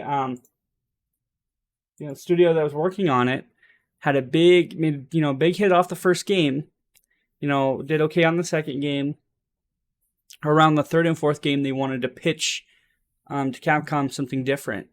And every time every time he wanted to pitch something, he had a really good game in mind, had things built for the vertical slice, was pitching it, that he gets sent out the door almost immediately. And eventually he just said, fuck it, you know what, let's just work on it behind the scenes. Had people working on it while they were doing Dead Rising 4. I think either 3 or 4. And like, had something to present to the guys. Used company money and everything to present to the guys. And, you know, I didn't know if they were interested at first. But they ended up becoming more pissed than interested and he got fired. But like, you know, rightly so for using company resources. But the big thing was that happened at a company I worked for, actually. But, you know, at the end of the day, now that they're your leader who is inspiring you to do something different, and the game that he was projecting was actually really decent. They took assets and stuff from his game to put it into the next Dead Rising, which was Dead Rising 5. They were going to do a 5th one because that's all Capcom wanted them to do. And imagine being put on the same project for like the last 10 years. Like, because that's all they think you're good for is making money. Like, and like, if you think far enough in it and you're getting put on the same project over and over again, and you're looking at the trend on how development companies, how long they last, you're literally just waiting to go into the grinder. Because after you stop making money, they cut you. They kill off your development studio. You're done. Same thing happened with people made Dead Space. Oh my god, Dead Space. Yeah. What's the develop? Well, I can't. Do you remember the? Yeah, I'm looking it up right now.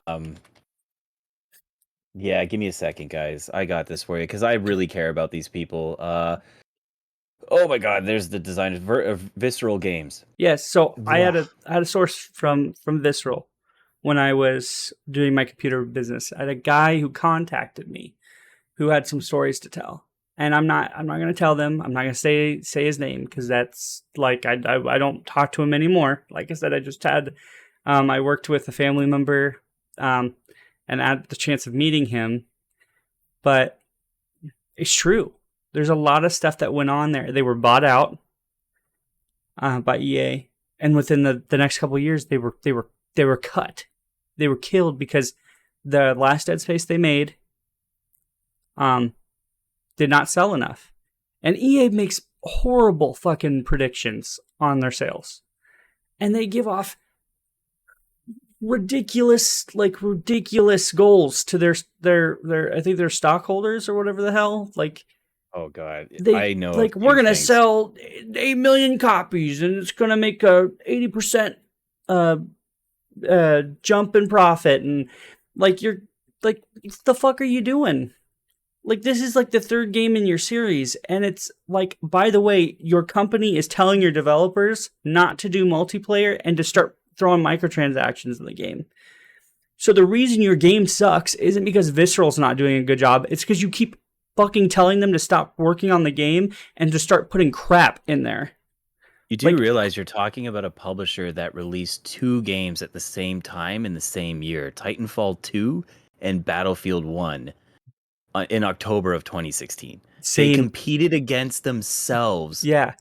Same, like, still the same thing, but I'm more referring to the same genre. The beginning of the end. But yeah, they and I'm pretty sure that wasn't just them. That was all given down to them by by the top brass. So like it's I kind of miss one Visceral. it's kind of one of the things where, you know, and I very much enjoyed Titanfall 2. Great story, decent multiplayer. Even though I'm not a huge multiplayer guy, I played the multiplayer. That got me. That was like one of the first multiplayer games I came back to. And did not play Battlefield 1. I heard that one sucked. So, um, but It was a. you know, I had fun with it at the I'm time. not. But I'm not a Battlefield guy, so I probably wouldn't have played it anyway. But the Also, I hate to interrupt you, but there is a positive spin. The guys who worked on Dead Space are releasing a game this year in December. On December 2nd, they are releasing the Callisto Protocol, which is basically a successor to Dead Space.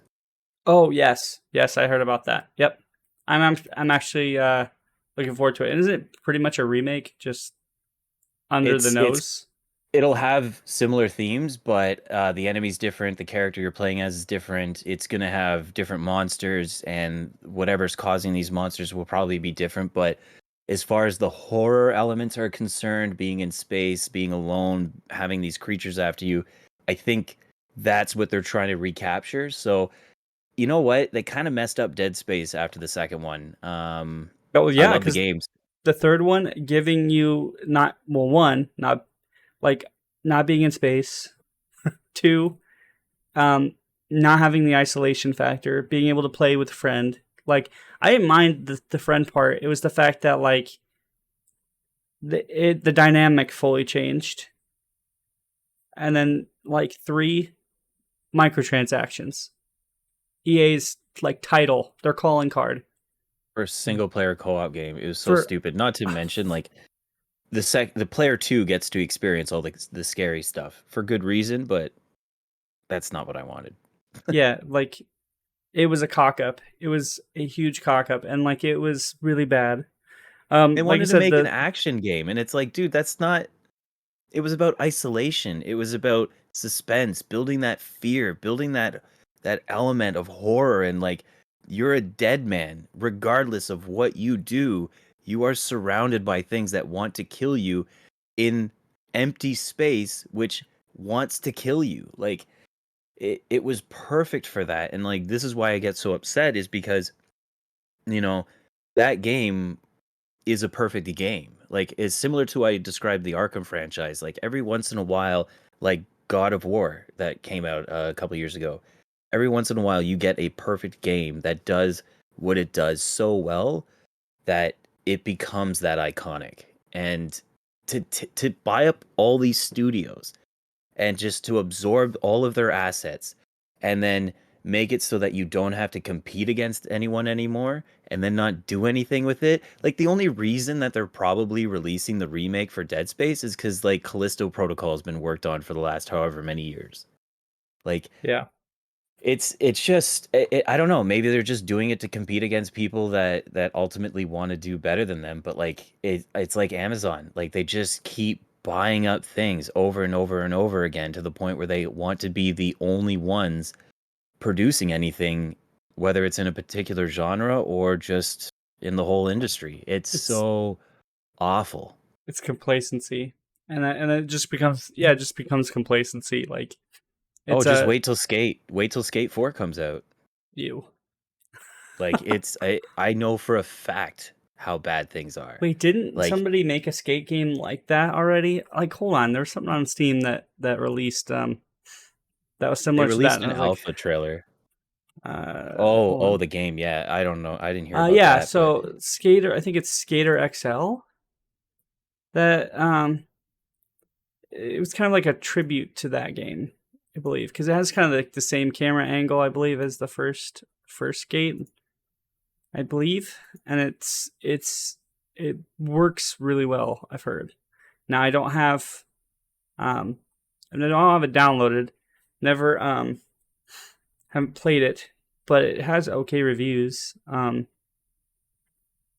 a lot of people compare it what to Skate 3, so and that's good that there's still like fan endeavors that are taking place where people are like, yo, this game had a huge impact. I want to try to recapture that element and bring it back into the public sight. But I got to be honest. Like I'm almost personally invested in discussing this problem with the industry itself because it's attacking the things that we like and it's attacking the people that we really enjoy making content or we enjoy the content that they create. So when they turn around and say, for example, like with Skate, I didn't know that they were going to release an alpha trailer. And now they're going like free to play, which like, oh great, thanks. They want to be like the next Fortnite, but for skateboarding.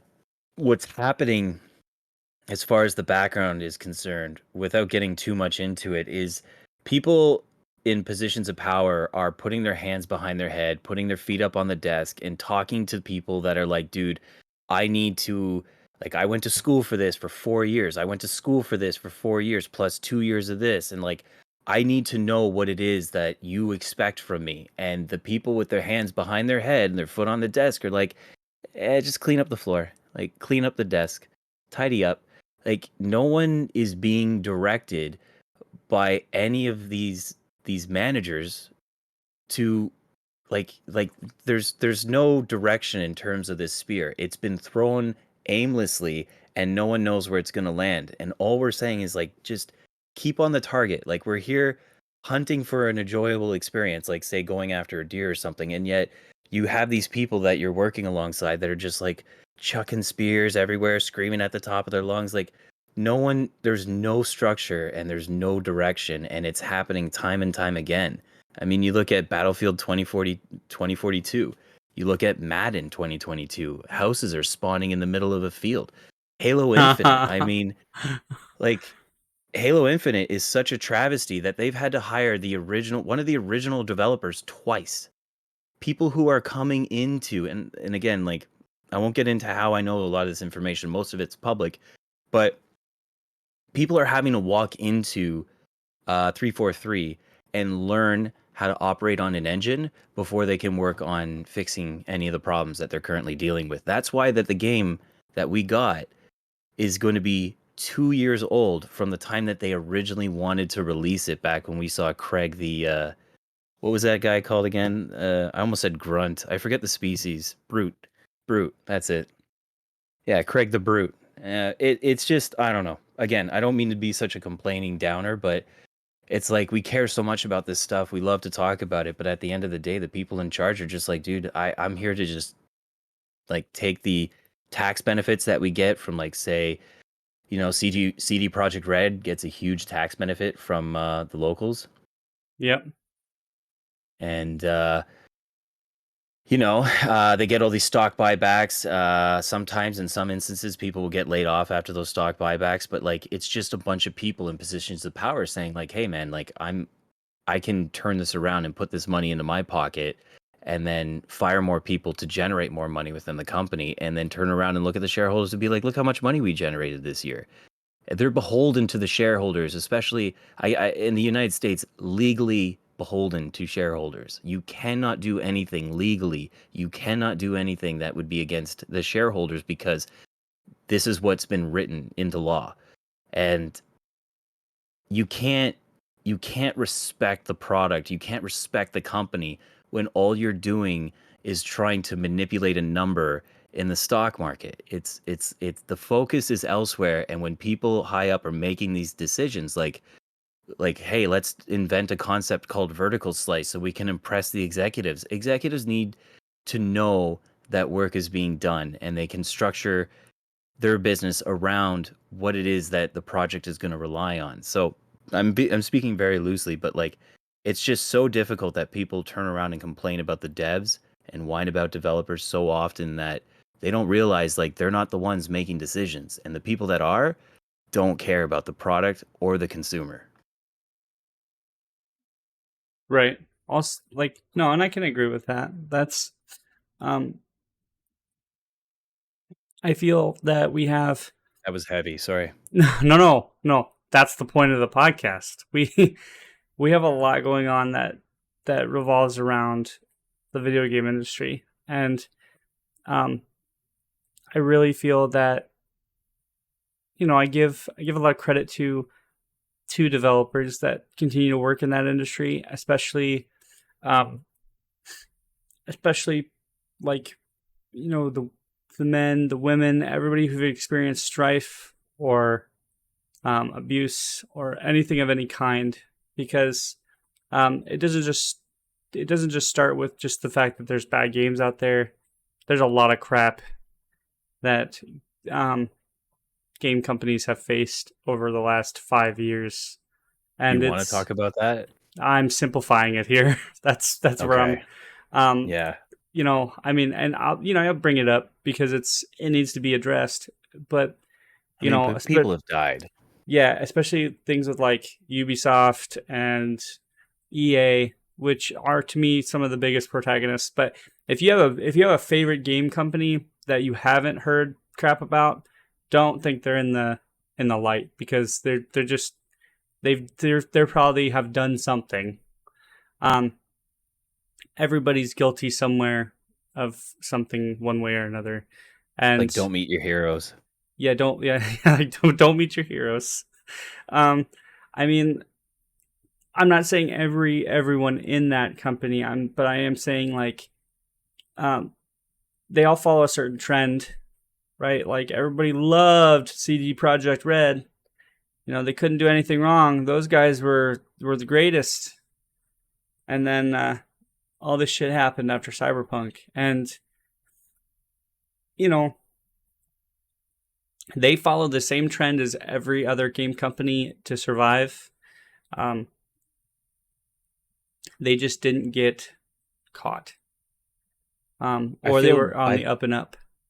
I feel Really, bad for the people working on that game who had built an amazing story focused on their God, characters, it and then was someone comes along and says, "Yo, let's put Keanu Reeves in the game." And you're like, there goes. Like the whole game, like, dude, where there's no train system. Like they had all these like train stations that are yeah, located above ground in like way up high.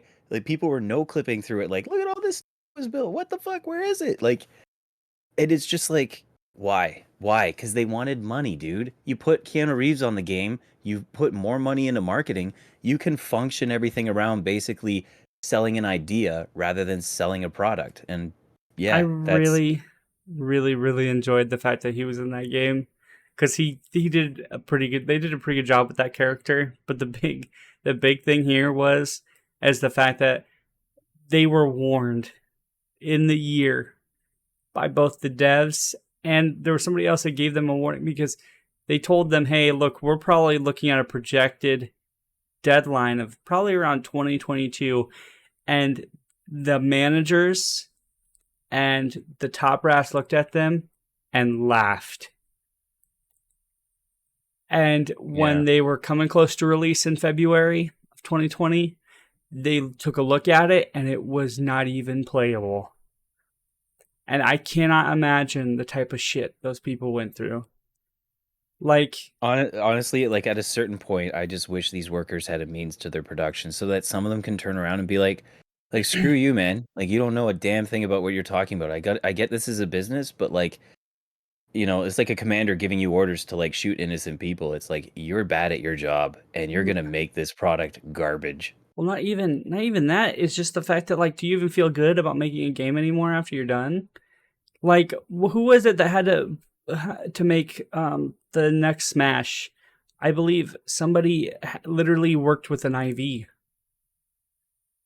and I Like can't from a remember. hospital? No, like to just get nutrients and stuff. Like, just I can't remember if that was this was years ago, but I like I said, I got it from a reliable source, but it was actually a couple people, I think, who, like, they worked so long that they didn't go home. Like, they didn't go home; they just slept at their desk. Did you know that there's actually a mod that adds back the metro system? I did not. I knew there was a I mod for hate like wall running. I hate to speak ill of a company that I used to respect and love back in the day. It's changed quite a bit now, but they're guilty of it too. Was Rooster Teeth during a lot of their animation? They would have people trying to complete these on these deadlines and crunching and to the point where they're sleeping on the floor at their desk, and it's just like, people like to whine and complain about guys who are just like, this is a 9 to 5 job. I am here to run out the clock like Stanley from The Office, and that is it. It's like, yeah, that's it. Because if you're not getting paid, like if you're not getting paid overtime, you're getting exploited. You're a sucker. And if you can't turn around and say, you know what, I'm going to look for a different job, or which is not easy, especially when your healthcare, like at least not here, but it might be soon, when your healthcare is tied to your employment. But um, yeah, I wish these guys could turn around and just say like, screw you. But obviously, you can't. People expect you to be professional, right? So I don't know. Well, that There's a and lot of exploitation and another big thing to that is um, big companies lie or confuse passion with crunch. And there are people that can be passionate about their project and devote extra time to it personally. And if you're devoting that time personally, I believe that's on you, because there are people that are passionate about something. I don't know how many times I spent wanting to create a project or doing something that I was personally passionate about, and spent time sacrificing sleep or not eating or doing something like that. And yes, that's unhealthy for you, but there are people that do that. When you're told to do something, or when there's a proverbial gun to your head saying, "Oh, well, we're not forcing you to," but when there's an insinuation that you need to stay at that office to complete your deadline, that's not passion. That's bullshit. You're being dreaded into your work.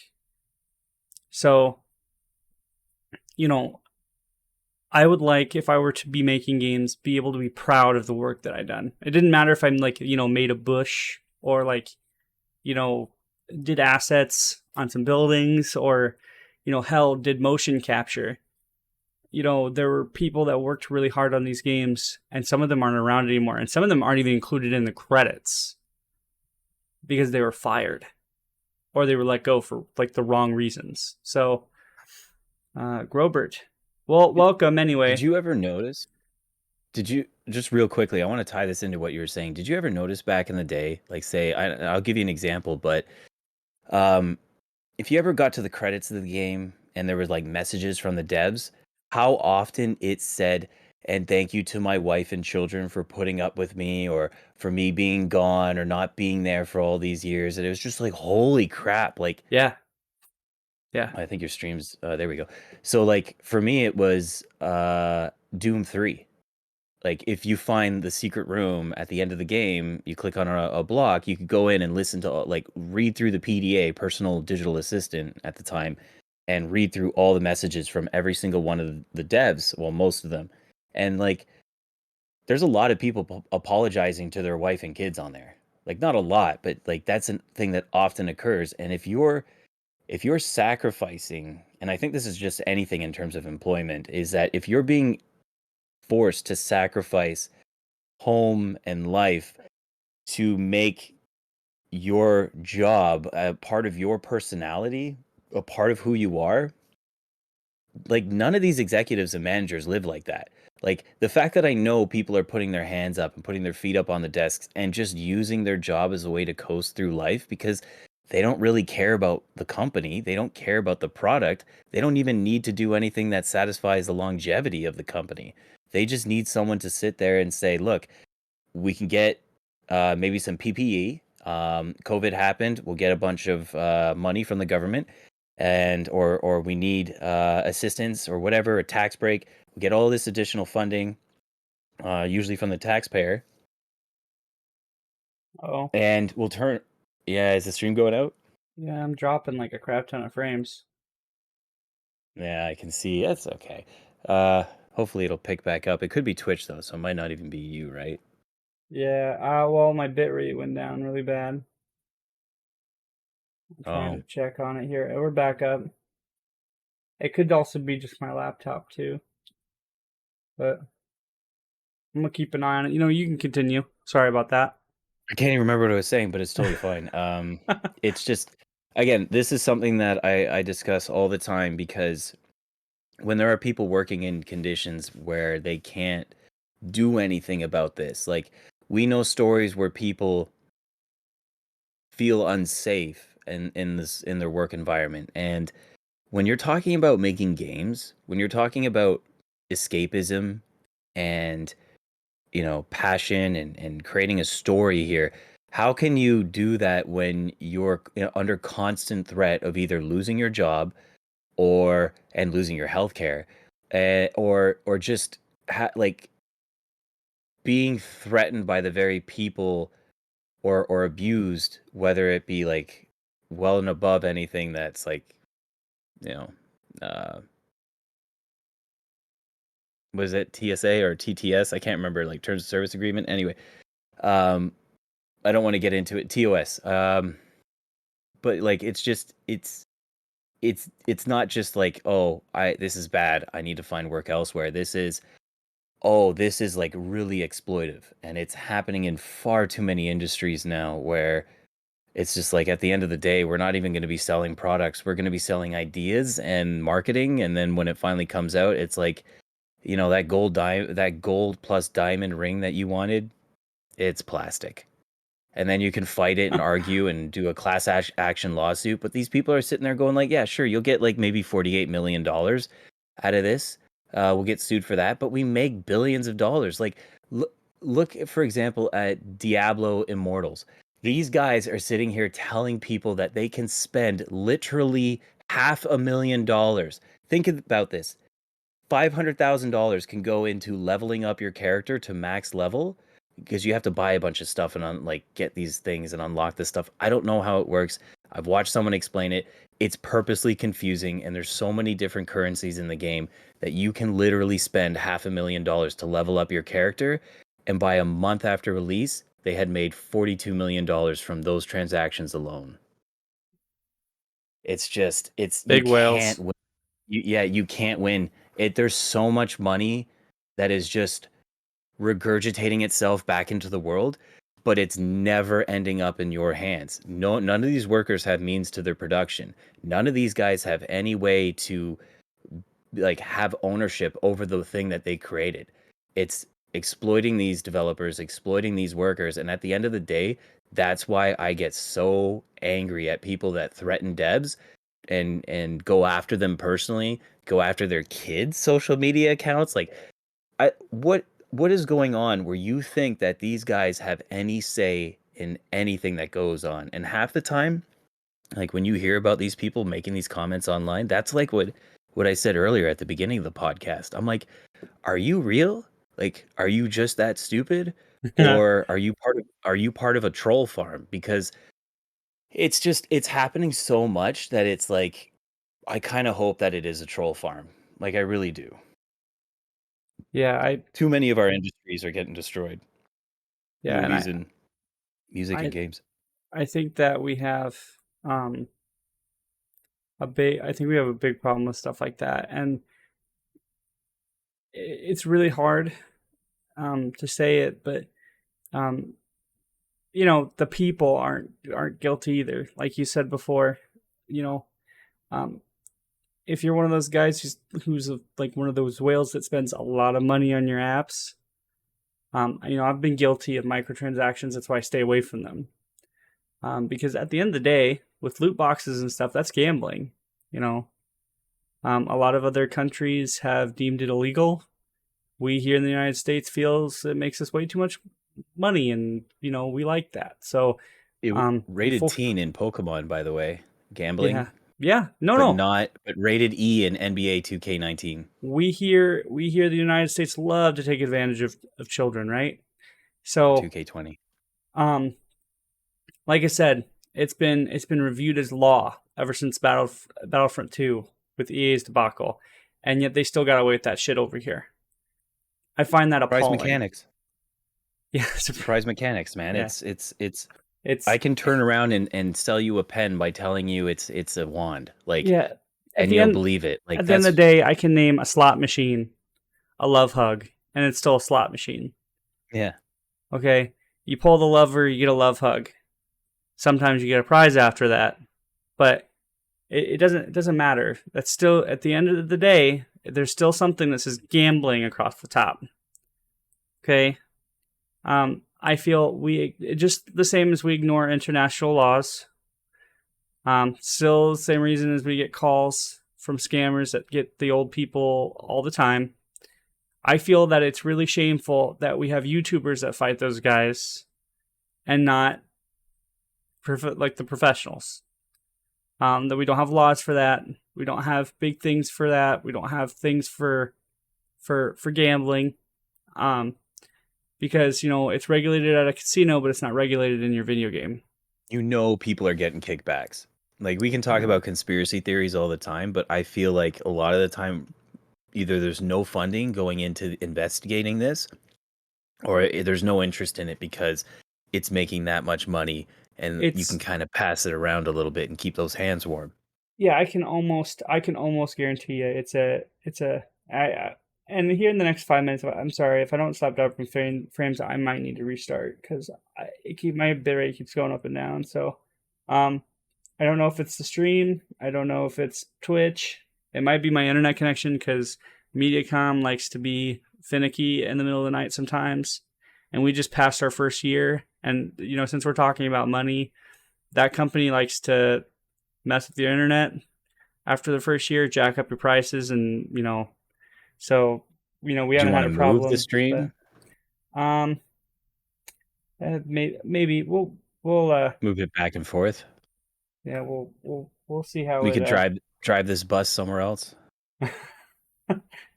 we'll see how it goes. We're getting close to the 12 o'clock mark anyway, and that's our 4 hour. Or well, technically, it was supposed to be our 4 hour mark, but Yeah. um, let's see how it goes.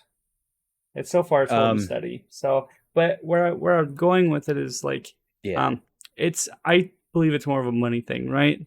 We can choose to ignore it. We can give it an excuse. They say, well, they're looking into it. We don't have the resources for it. Um, and then they go, well, yeah, we do. We just need to try. And the big guy goes, well, then what? If we take them down, something's going to replace it. Yeah, but that shouldn't be your excuse to not fight. Like, shouldn't be your excuse to replace it. You're just worried about the cash in your pocket. And like I said, I don't know about other countries, but here, it's literally what's making me sick is the fact that wait, hold on, we got chat. I don't think you really need to focus on the video because of the stream. Oh, well, as long as the audio is still good. I know a lot of people just listen to the audio, but as long as we're still going with the audio, that's fine. But Well, yeah, I need you to everybody listening right now. I mean, they can't hear my voice. That's a travesty right there. Just kidding. oh, good. Thanks back, Hal. But the big thing is, I really just think it's about money, especially here. People in this country are way too concerned about making money, and like But I isn't that said, garbage? Like no one has any pride in their work anymore. Like it's not like a carpenter who finishes building like a big I almost said pagoda. Is it pagoda? What's that big thing that's like a circle you go in and people get married in? It's a little tiny thing. is that Like a pagoda? I think. pagoda maybe. But like my point is that there's and the majority report just did a talk about this and I found it interesting because uh they talk about other things that are more political where we're talking about the video game industry and it's like yeah there's no such thing as a company man anymore where a guy's like yeah man I want to work at this company for 20, 30 years and I want to put all my time and effort into growing that brand and nowadays it's like well no we're going to cut this we're going to cut that we're going to get rid of this we're going to get rid of that it saves us all this money but who cares if it hurts the longevity of the company by that point maybe we'll merge with someone else or whatever the heck like pergola thank you Grizzly. By the way, what's up there, Grizz? Hey, So, how you doing? yeah, I don't know. I find it interesting that this is something that has kind of like it's it's in manufacturing, it's in raw materials as well in those industries, and we have it a lot going on, whether it's in housing or education or nursing. But as far as the video game industry is concerned specifically, it's the problem I think is as I mentioned before, is these PCMs or PMCs, these professional managerial class. Like these are the guys that report to the higher ups. But when I look at Star Wars Jedi Fallen Order, as I mentioned prior, like I shouldn't be seeing 90 managers stacked on top of one another in the credits. Like those aren't people that are working on the game. Those are people that are being reported to by the people that are working on the game. As far as I understand it, again, like I'm pontificating so much so on this that like I'm kind of like going manic at the point of I'm talking about this so much. But Out it's of sad. a team of what, 200, you have 90 managers. Dude, they ruined Battlefield. They ruined Battlefield with this garbage. Like Yeah. and people like you can be angry. Like I can be angry about this, but don't go after the devs.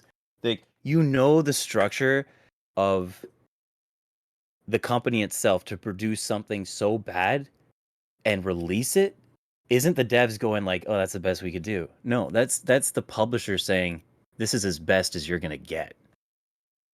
And you're gonna give us $10 more now because we are so sociopathic and nuts that we're going to increase the cost of the games by $10. So in here in Canada, it's $89.99 for a PS5 game before tax. It was $100 in Australia back in the old gen.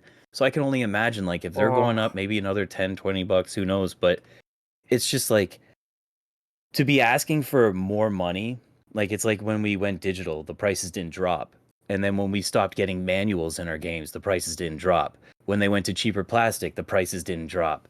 Like now that we're being fed so much less, but we're having to pay more. Like this is games in are every expensive to make. yeah, That's this their is in our excuse. food. Like shrinkflation is a real thing. Like why do you think Cadbury eggs are smaller than they were back in the 90s? Like you are being asked to pay more for less, and it's working because workers don't have any production or means to their own production. Workers don't have anything that they can sit there and say like I take part ownership in what I've created. Because they can't do that, they have nothing. They are in fact a wage slave at that point because their healthcare in these instances, at least not in Canada, are tied into this employment. So I I don't know. I don't think it's going to get better unless capitalism is reformed. And I really do mean that. Like that's a huge thing to say, but like what are you going to do? Like Blizzard Activision are sitting there saying, "Hey, the board of directors agree with Bobby Kotick about everything that's going on. We're not getting rid of that guy." Fuck that It's like, guy. but like, dude, someone died. Eh, eh. I will put devil horns on that guy's pictures for every day of my life. That Like guy hates something's having devil horns on his pictures. something's got to happen. Like I don't know where we are with that class action lawsuit, but like if he's not forced to superglue devil horns to his head by the end of that sentencing, then the world is not going to be a fair place ever.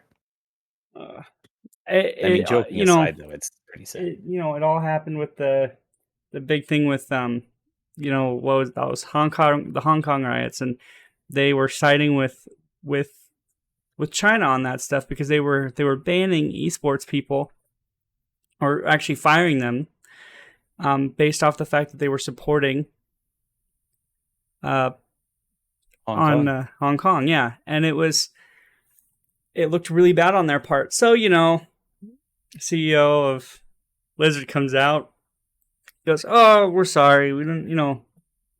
It's based on his performance, and it wasn't based on his beliefs. It's how he's acting professionally, and we just want to let you know that we here at Activision Blizzard aren't assholes, and here's Overwatch 2 and Diablo Immortal." And everybody went, "Ah, you're forgiven. Ah, we forget everything." So, I mean, like, come on. I'm not. I sat there and I said, well, I'm not interested in any of those, and I wouldn't buy them even if I was. So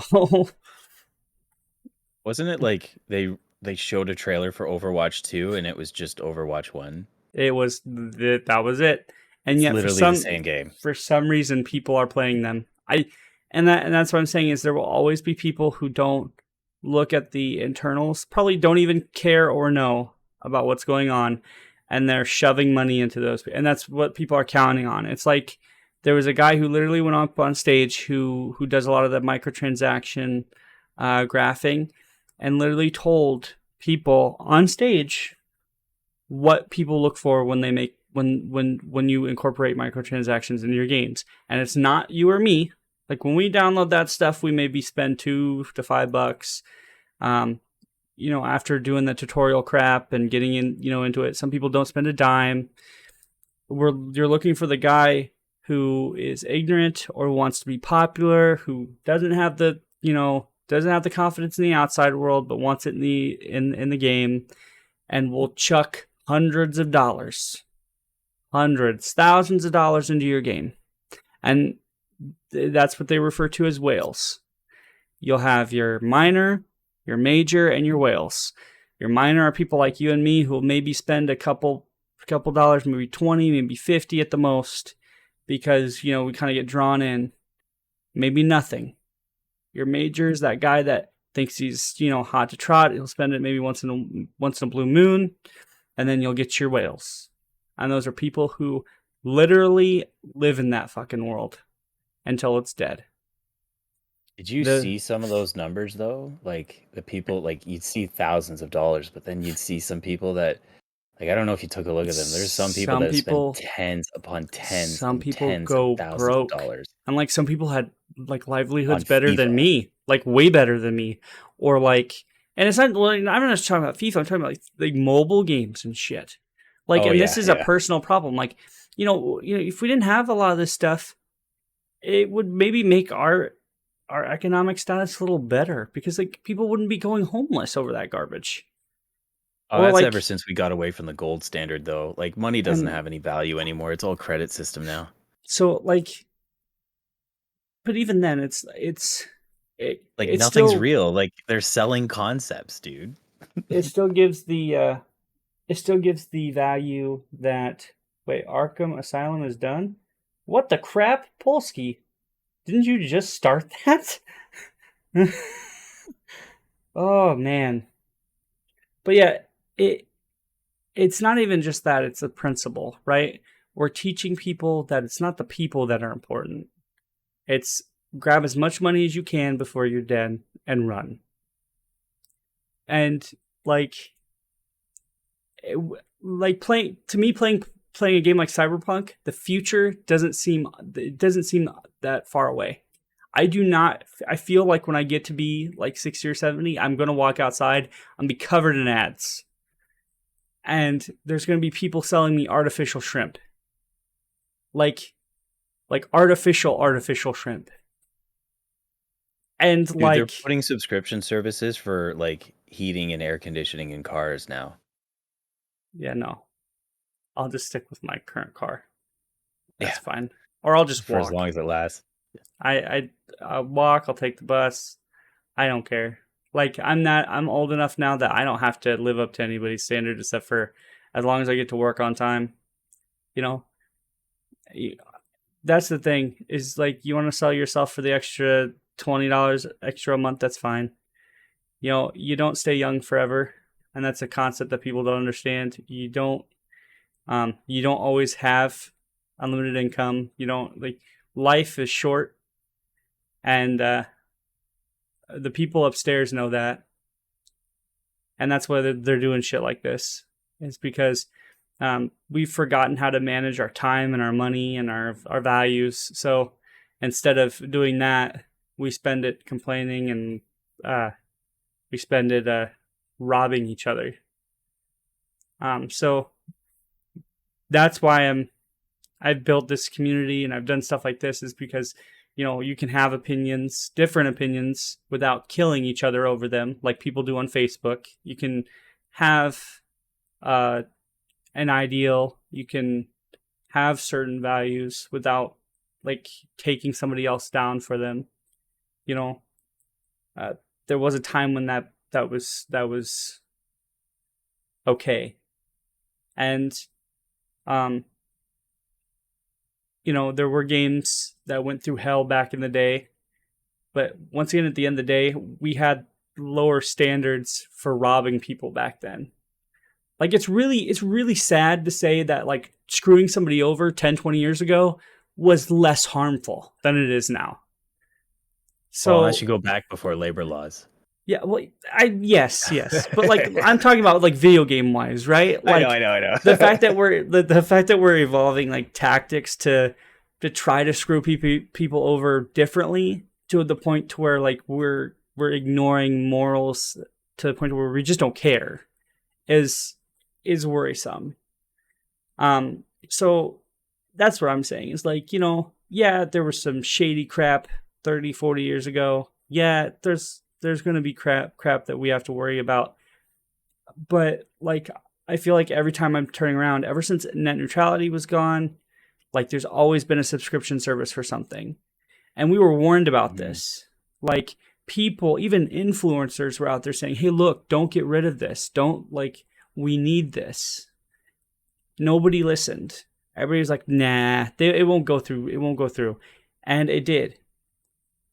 Because they were banking on nobody to listen. So, I think, whoa, wait, what? See, I have to look over here for chat now because I had to close the window over here. Yeah, so. no, I was looking at this. I was waiting for a time to kick in here when we were talking about like the businesses real quick, and we're talking about like all the whales out there. The Grizzled Grizzly here mentioned the Pareto's principle, and from what he's described here, and I've looked up, that's basically like 80% of your profits in a business sense. It's like 80% of your output comes from 20% of your input. So in businesses, as Grizzly says here, that's 80% of the profits are only coming from 20% of the customer base. So you got like Diablo Immortals. Probably it is 20% of their consumer base is the reason why there's $42 million in profit coming into their studio because of microtransactions. Yeah. It's coming from like and that's what they're banking on, which I think is like, I used to think was a stupid concept, but it's making them money. And I think the reason being is because they don't have to make the program last that long. Because with mobile games and games that are free to play, you don't have to invest a lot of money in them. They're just reshuffled, they're thrown out there, and then you just wait for the money to reel in. And then when it stops reeling in, you toss it and you're gone. Yeah. And it's basically like another way of saying like, it's just another example of how like the rich control the world. It's like, well, the rich are influencing the products that are sold to us because they're buying all this crap that is not for our class of gamer or a class of person who's interested in this stuff. So like, maybe like I said before, give means to give your workers means to their own production, or tax the rich so much so that you have less of these influences where like, yeah, you've had instances where 20% of the consumer base is controlling 80%, well, not 80%, controlling a studio because they provide 80% of the income. Yeah. And this might be a contradictory statement as well, but because I know that like you brought up a statement with Sam Witwer on his view with The Walking Dead and how his show got canceled. He's an icon. Yeah, I can agree with you on that. I do like the guy. The big thing here with things like that is he mentioned that the fact that it's not always easy to vote with your wallet, right? To me, it's one of the only major ways that you can make a statement like this. I hate to say that because like it is true. What he says is true, right? It doesn't just affect the people at the top. There are people that work. There are people that need jobs. There are people that support their families. And right now we're so in deep that if a lot of people just stopped buying something like that, the top brass wouldn't just go, oh, okay. It would be like they'd cut people. a lot of people, or things would reshuffle, it would get bad. But for me, and like I said, this would affect me. Like I said, I don't really give out where I work or anything, but this sort of situation would affect me. And I don't say anything that wouldn't affect myself. So and I'm a guy, I'm a family man. But literally, if you have a problem with the product, or if you have a problem with the way things are going with a company, I'm not saying don't buy anything at all, right? But don't invest in that company. It's easier said than done, but like, don't go out, buy the next game at full price, buy all the DLC, spend $120, and then, or go out and get the collector's edition. Don't make a big statement. Because 10-1, they have not only made their devs work crunch time for stuff like that, and they're expecting to make, either make money, or if they undercut their sales, those guys are going to get laid off anyway. Either wait till it goes on sale or don't invest in it. Or at least look at somebody else's playthrough. Do some research. A lot of people will say that games are like really disappointing, or they get their expectations let down. They invest a lot of money into something, and it's horrible. Don't pre-order. Don't pre-order. Unless you're me and you want Gotham Knights. I'm just saying. I'm going to stream it. I haven't made a pre-order for a game in a very long time. It's literally for pre-order bonuses. And like I said, like you're a GameStop man just as much as I am. There will always be product for video games until there isn't. Like, I guess when they start running out of plastic. I understand. Just to counterpoint your topic there, I understand pre-ordering to one degree, where if you really care, and this is I'm speaking on a personal experience here, obviously, is that if you really care about a specific franchise that you want to do well, yeah, sure, if something comes out, it's abhorrent, you don't want to invest into that. But if you really do want more people to get their eyes on something, I understand pre-ordering in that regard. It's like, I like Batman so much. I want Batman day one. I want to play it. I want Star Wars day one.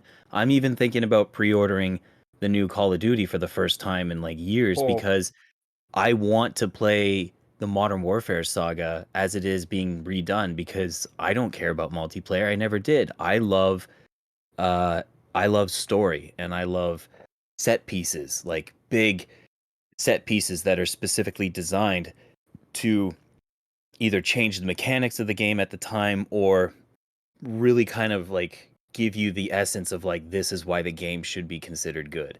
And if you want to support those franchises by pre-ordering their games, go for it. But honestly, like, something like Cyberpunk, we should have never been pre-ordering, because we don't know anything about it. Like, it's not a franchise. It's not something that exists beyond marketing. And everybody, including myself, made a mistake pre-ordering that game. Well, and that, to me, like, I'm also referring to bigger games more than anything else, but most big games that we're referring to get a shit ton of marketing. They also, most of the time on E3 and afterwards, usually have a vertical slice presented, or they have a trailer of some sort that will be released. It's a statement, a huge statement that's made. A lot of the underdog games that I've mentioned in previous streams, those ones I've talked about that don't like usually get released and they're good, or they become cult classics. They don't have a lot of marketing. But like I said, Cyberpunk not only got its vertical slice that was misrepresented, by the way, because vertical slices, they're demos, but they are built from the ground up. They're not like taken out of the game itself. So even though like what you see at E3, sorry. Yeah. So like it was a representation of the game. So like, yes, what we saw there was like, there were parts that we saw that we see in the game now, but it's not as easy as like I said, ripping a chunk from the current game engine, they had to build that vertical slice. So instead of working on the game, which they should have been doing, they were asked to build a vertical slice, which took a month's time, I believe, or more. And like I said, it was also misrepresented. They pulled, I think they pulled what I would call an Aliens Colonial Marines, and showcased a lot of shit that was not in the current game. So it got a lot of people hyped up. On the other hand, because I forgot to mention it, there were a lot of positives to the development of that game. A lot of people got to work with Mike Pondsmith. A lot of people, he also defended a lot of that game too, because the people that he worked with provided good positive experiences. He was able to bring a lot of that game to life. So there was good, but there was a lot of bad. And to me, that bad came from people upstairs. It came from the fact that they were not budging very much on the end date, on the deadline, until they actually got to look at it. And so they pushed it back 3 times in that year. Instead of just saying, oh, we're going to push it back maybe till next holiday, at least, of 2021. They wanted to push it back a little bit at a time to see how much they could get the devs to work hard on. Like, just push it back enough and give them some time to work. At least breathe a little. Yeah, because if you're on your, 14th or 16th hour of work, and you're lacking sleep, or you're sleeping at your desk, not only is your production going to falter, but your mood, everything about you, you're human. Like, you can't function like that. So, give them time to work. Yes, they need to be working, but, give them time to do it. And don't be like the guy from Team Bondi with Eleanor. I keep forgetting his name, if it's Brad McNamara or something like that, but that guy's an asshole, and I hope he gets hit by a bus. No offense. That guy... That like a Bobby Kotick? Worse. I would say worse. He's not as rich, but... What's his name? Hold on. I keep forgetting his first name, but it's McNamara as his last name, and he was like... McNamara... Oh, go ahead, sorry. He would yell at the devs, as the people working for him. He spent the time all the way from 2005 to 2010, I believe, working on L.A. Noire. He was the creator of L.A. Noire. And he's the guy who spent a horrid amount of money getting that game working. Now, it's a good game, but the people that went through his abuse, his verbal and almost physical abuse, that guy defends that, by the way. He didn't he got called out on it. He was like, yeah, so what? He goes, that's how I encourage my team to get things done. No, that's how you're an asshole. You shouldn't be in the industry acting like that. And he hasn't been able to get a game off the ground since. So, good. At least people know that he's so toxic that you can't work with him. But, for real. I don't care how rich the guy is. It's this level of power and control that people just want to steep in. It's crazy that a lot of people go through the motions of getting excited as a kid and being like, yeah, I want to work in this field, or I want to work in that field. And if they work their way up hard enough to be able to go in, and I know people on YouTube personally that have taken a job with the same guys that did God of War recently, without name dropping, just for whatever reason. And that's amazing. But overall, overall, it's just to see this level of behavior that is constantly existing in this environment. It's they're never going to produce anything from what we got as a kid back in the 90s. And it wasn't perfect then either, especially before late 80s, I'm sure, and even into the early 2000s. But man, were we lucky. We got the games that we got before social media were representative of the studio that produce them.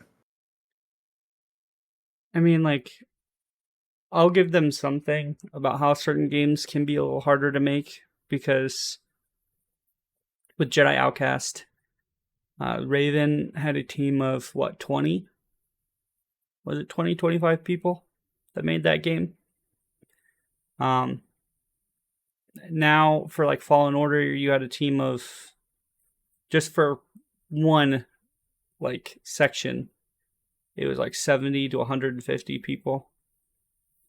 There's a lot more involved in making games now, but I don't feel that we need to say that your one copy of something needs to be, you know, $150.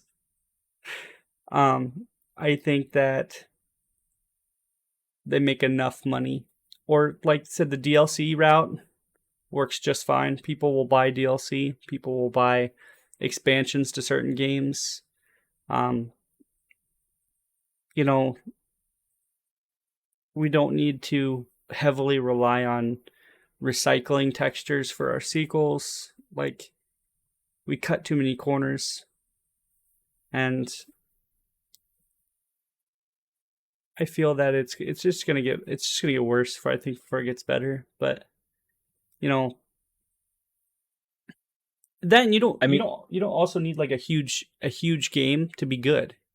Like I said, like Hellblade was really good, very simple, and it told a very good story. And it was $30, by the way. Like, it doesn't need to be $80. Like, you don't always need a rich open world experience all the time, or you just need a game that like has love and actual work put in it. They're actually doing a sequel to that, and it's going to be on Unreal 5. And Ooh. I hope we're going in a direction where things are kind of starting to correct itself, because I have young members in my family like that are really interested in getting into these games, and I've only now kind of seen them, like, all their friends are talking about Fortnite or FIFA and all these games that have heavily monetized mechanics in them. But I'm seeing them slowly be like, you know, that sucks. This sucks. And it's like, okay, there's still hope left in the world. If these kids are doing it, there's still hope left. And like, I decided, like, oh, I'll introduce them to Spider-Man. You know, we've been talking about that quite a bit too. And like, the younger one, who also happens to be a girl, just was like, this is the greatest thing I've ever seen. And I just showed them Star Wars recently too, and the same one, just, this is the greatest thing I've ever seen. And it's like, when you introduce something that is done well, that has an impact towards you as somebody who like enjoys pop culture to whatever degree, maybe not extreme, but whatever, it helps when you have the next generation of kids that you can introduce them to, and still, either through vicariously or not, at least, if not experience it, witness what it is like to see those first impressions kind of like, you know, integrate that moment into their life. And I'm hoping that we don't get to a point where we lose that, where we have like, you know, like, oh, Luke, I am your father, and like Darth Vader reveals that he's Luke's father, like, and that's a huge moment for people. But like, if we're just going to be focusing on monetization, and not make story-based games and focus on multiplayer that has, you know, like, hey, you're going to run around as like unicorns and gnomes, rather than like Spartans, it's just like, I don't know. I don't mind silliness in games, but I really want games to say, like, dude, if you're gonna have a serious tone, you don't all of a sudden just have like Fortnite aspects running around in it too, because everything is just turning into like a whole. I mean, there's some industries that are good, like people can fault me for this, but even though games are taking a hit right now, like it might not technically be TV, but streaming services are flipping nailing it right now. Like I haven't seen all of them, but going back to Disney Plus, I don't know if you've been watching like Obi-Wan or anything like that, but I'm saying at least if we're not getting good games all the time, there's like a couple games that are coming out that are going to be good.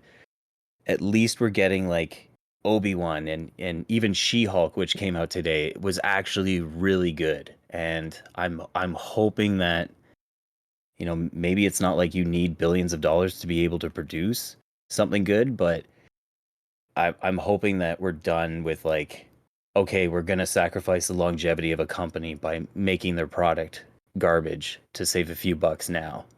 Hmm. Yeah, I don't know. Like I said, it's not all bad, but um, I think the big thing here is, and this is to kind of close it off here for the night, but the big thing here I think is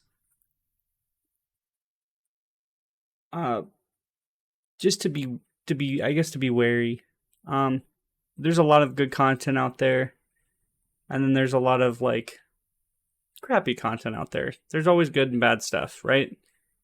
But I think nowadays, um, I feel there's a lot more schlock out there, um, and I feel that we should kind of be more watchful about what we want to consume, um, because it shouldn't be the norm to deal with like things like microtransactions or um, for everything. At least for me, this is like so. This is I'm opinionated here, but I don't think everything should have a subscription service. Like streaming services came out with this thing, and now like everything from my apps to God, if I just want to do something like you know, it's a premium service now. So like we only make it the norm if we choose to, and you know you can always find another way to handle those things. Um, but they'll always find something that you enjoy and change it. Like I said, I'm personally like felt that way about Star Wars, right? Star Wars has been something that I've enjoyed since I've been a kid. Um, and it's been flopped around, it's been turned around, they've added stuff to it. It doesn't mean I'm not enjoying it. I'm just choosing kind of like I've kind of picked and choose what I wanted to handle. Um, because I don't sit there and play on my phone the Galaxy of Heroes garbage. Like um I'm not I don't get taken aback by everything just because it's Star Wars. Um Battlefront 2 released. I'm that guy who pre-ordered it because I was so excited for it. And then it turned out to be microtransaction garbage and I couldn't even refund it because EA hid the refund button. So, I feel that um with certain things like you said, like She-Hulk and stuff like that, there's really good content out there. At least you can wait for it to be out and Yeah. get opinions to say like, yeah, guys, this is worth your time and money. And I think people need to do that. Like you run the risk of having things spoiled, but like you should be careful and not splurge before you actually have something in front of you, because all that says is that, and I'm guilty of this. I just like not just, but I've already pre-ordered Gotham Knights as soon as it was available because I'm already sold on the idea. I'll do more with it because I want to find things that I can appreciate and something I already care about. But like, you know, like I can sit here and say like, yeah, She-Hulk is worth checking out. Like I was worried that it would be awful. Like there's one scene where Hulk and She-Hulk are looking at one another and their eyes don't really appear to be matching because it's CG. Like they don't look like they're looking at each other properly, but other than that, like I think I think this is going to be really good. And there's already talk that this is going to set up like the new Marvel run of movies. So I don't think they'll capture the same magic, but you know what? At least you can turn around and listen to your friends and say, "Hey, is this worth going to, or is this worth, should I get a month of Disney Plus and just binge watch like Obi-Wan and Mandalorian and She-Hulk Which and aren't bad, by the way. Obi-Wan wasn't a bad series. I did a review, Obi-Wan was great. and it was to me, it wasn't bad.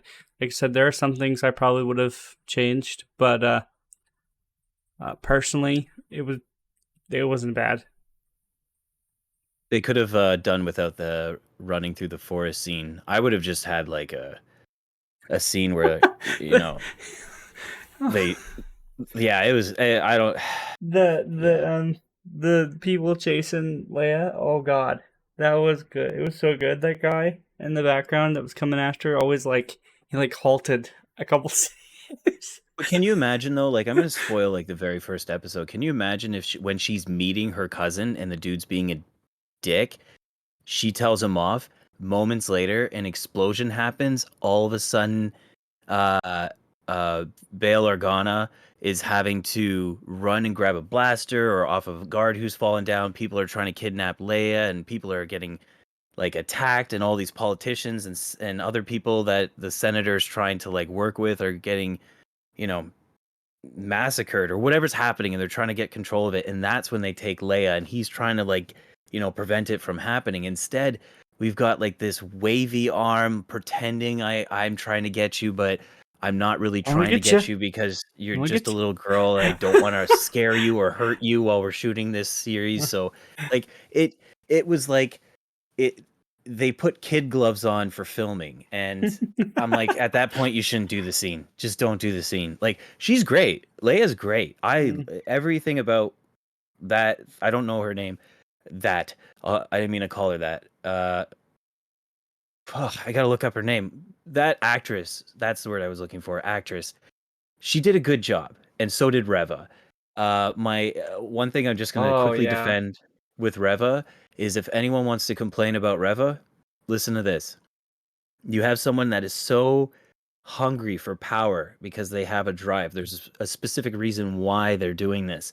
So much so that when someone gets in their way, regardless if it's a superior or not, she immediately takes them out, because she's similar to a Sith. Even though she's a dark Jedi, she's similar to a Sith before the rule of two. She's just like, you're in my way, get out of my way, I'm going to hack you down, I'm going to strike you down, I'm going to kill you to get to my target. And she was not wrong. When she was right next to Obi-Wan and telling him about Anakin, she had a moment where she could have actually killed him. Like, he was having doubt. He was like, what the hell are you telling me? She could have struck right then, but instead she gets interrupted, and the first thing she does is like, I'm going to kill my commander. Boom. But if I had to complain about anything, it'd be like Qui-Gon got the short stick when everyone else gets stabbed in the chest with a lightsaber and survives. Like, and I mean everyone, including Cal. Like, this is a big theme happening in Star Wars right now. Oh yeah, just getting stabbed and then getting back up again. Yeah, I think and this is personal. I think that I think her arc would have been good just ending at that point. Coming back to go after Luke was kind of a weird, and it kind of messed with the plot a little bit, I think, because I don't know if Luke would be able to remember such a thing, but that would have been kind of a thing that would have traumatized me as a kid. But why is a Tusken Raider in our home with a lightsaber? Just maybe not having the lightsaber on, maybe her just appearing as a shadow would have been a little bit better. But it's whatever. They wanted to give the kids some screen time, I guess. So that's fine. Like I said, there were parts I thought were odd, but that's to be expected. I'm not the one who made Obi-Wan, so I'm just sitting here enjoying it. With that, we are at 12. Well, it's 12 a.m. my time, 1 a.m. your time. I'm going to download Spider-Man and maybe stream it for an hour. Maybe. Because I'm really far on the PS4 version, so I don't know which one. I might do a benchmark instead. Because I can pull up my remote play and showcase it through the stream, and then benchmark the actual PC version side by side. So if anybody's still willing to stay up for that, I'll be doing that shortly after this. So I'm going to end the stream shortly, and then it'll get rebooted with that. But I do want to thank everybody who's not going to be sticking around. Thank you very much for joining us on this. Thank you, Wolf, for joining me on this podcast the whole time. I appreciate it. Yeah, no, honestly, thank you so much for having me. This has been a lot of fun. Glad I could join you on the 7th episode of all episodes. But yeah, if you want, you guys can check me out at twitch.tv/MasterNorthernWolf. Once again, that's twitch.tv/MasterNorthernWolf. We basically just sit back, play games, just chill. But I am going to probably be doing a game with chat coming up the next time it gets a little crowded. We'll do a little bit of Jackbox. So if you got a smartphone, you all got phones, right? No, I'm just kidding. Whatever that Immortals meme was. Idiot. Anyway, thank you so much. I appreciate that. And Strange Butts, thank you. Once again, yeah, you have a good night and enjoy Spider-Man. I shall. And like I said to the rest of you, have a great night. If you guys are willing to stick around for Spider-Man, just hang out for a little bit. The stream will restart. If not, I will catch you guys in the next bus ride. And thanks for enjoying the Rantcast. You all have a great night. Take care.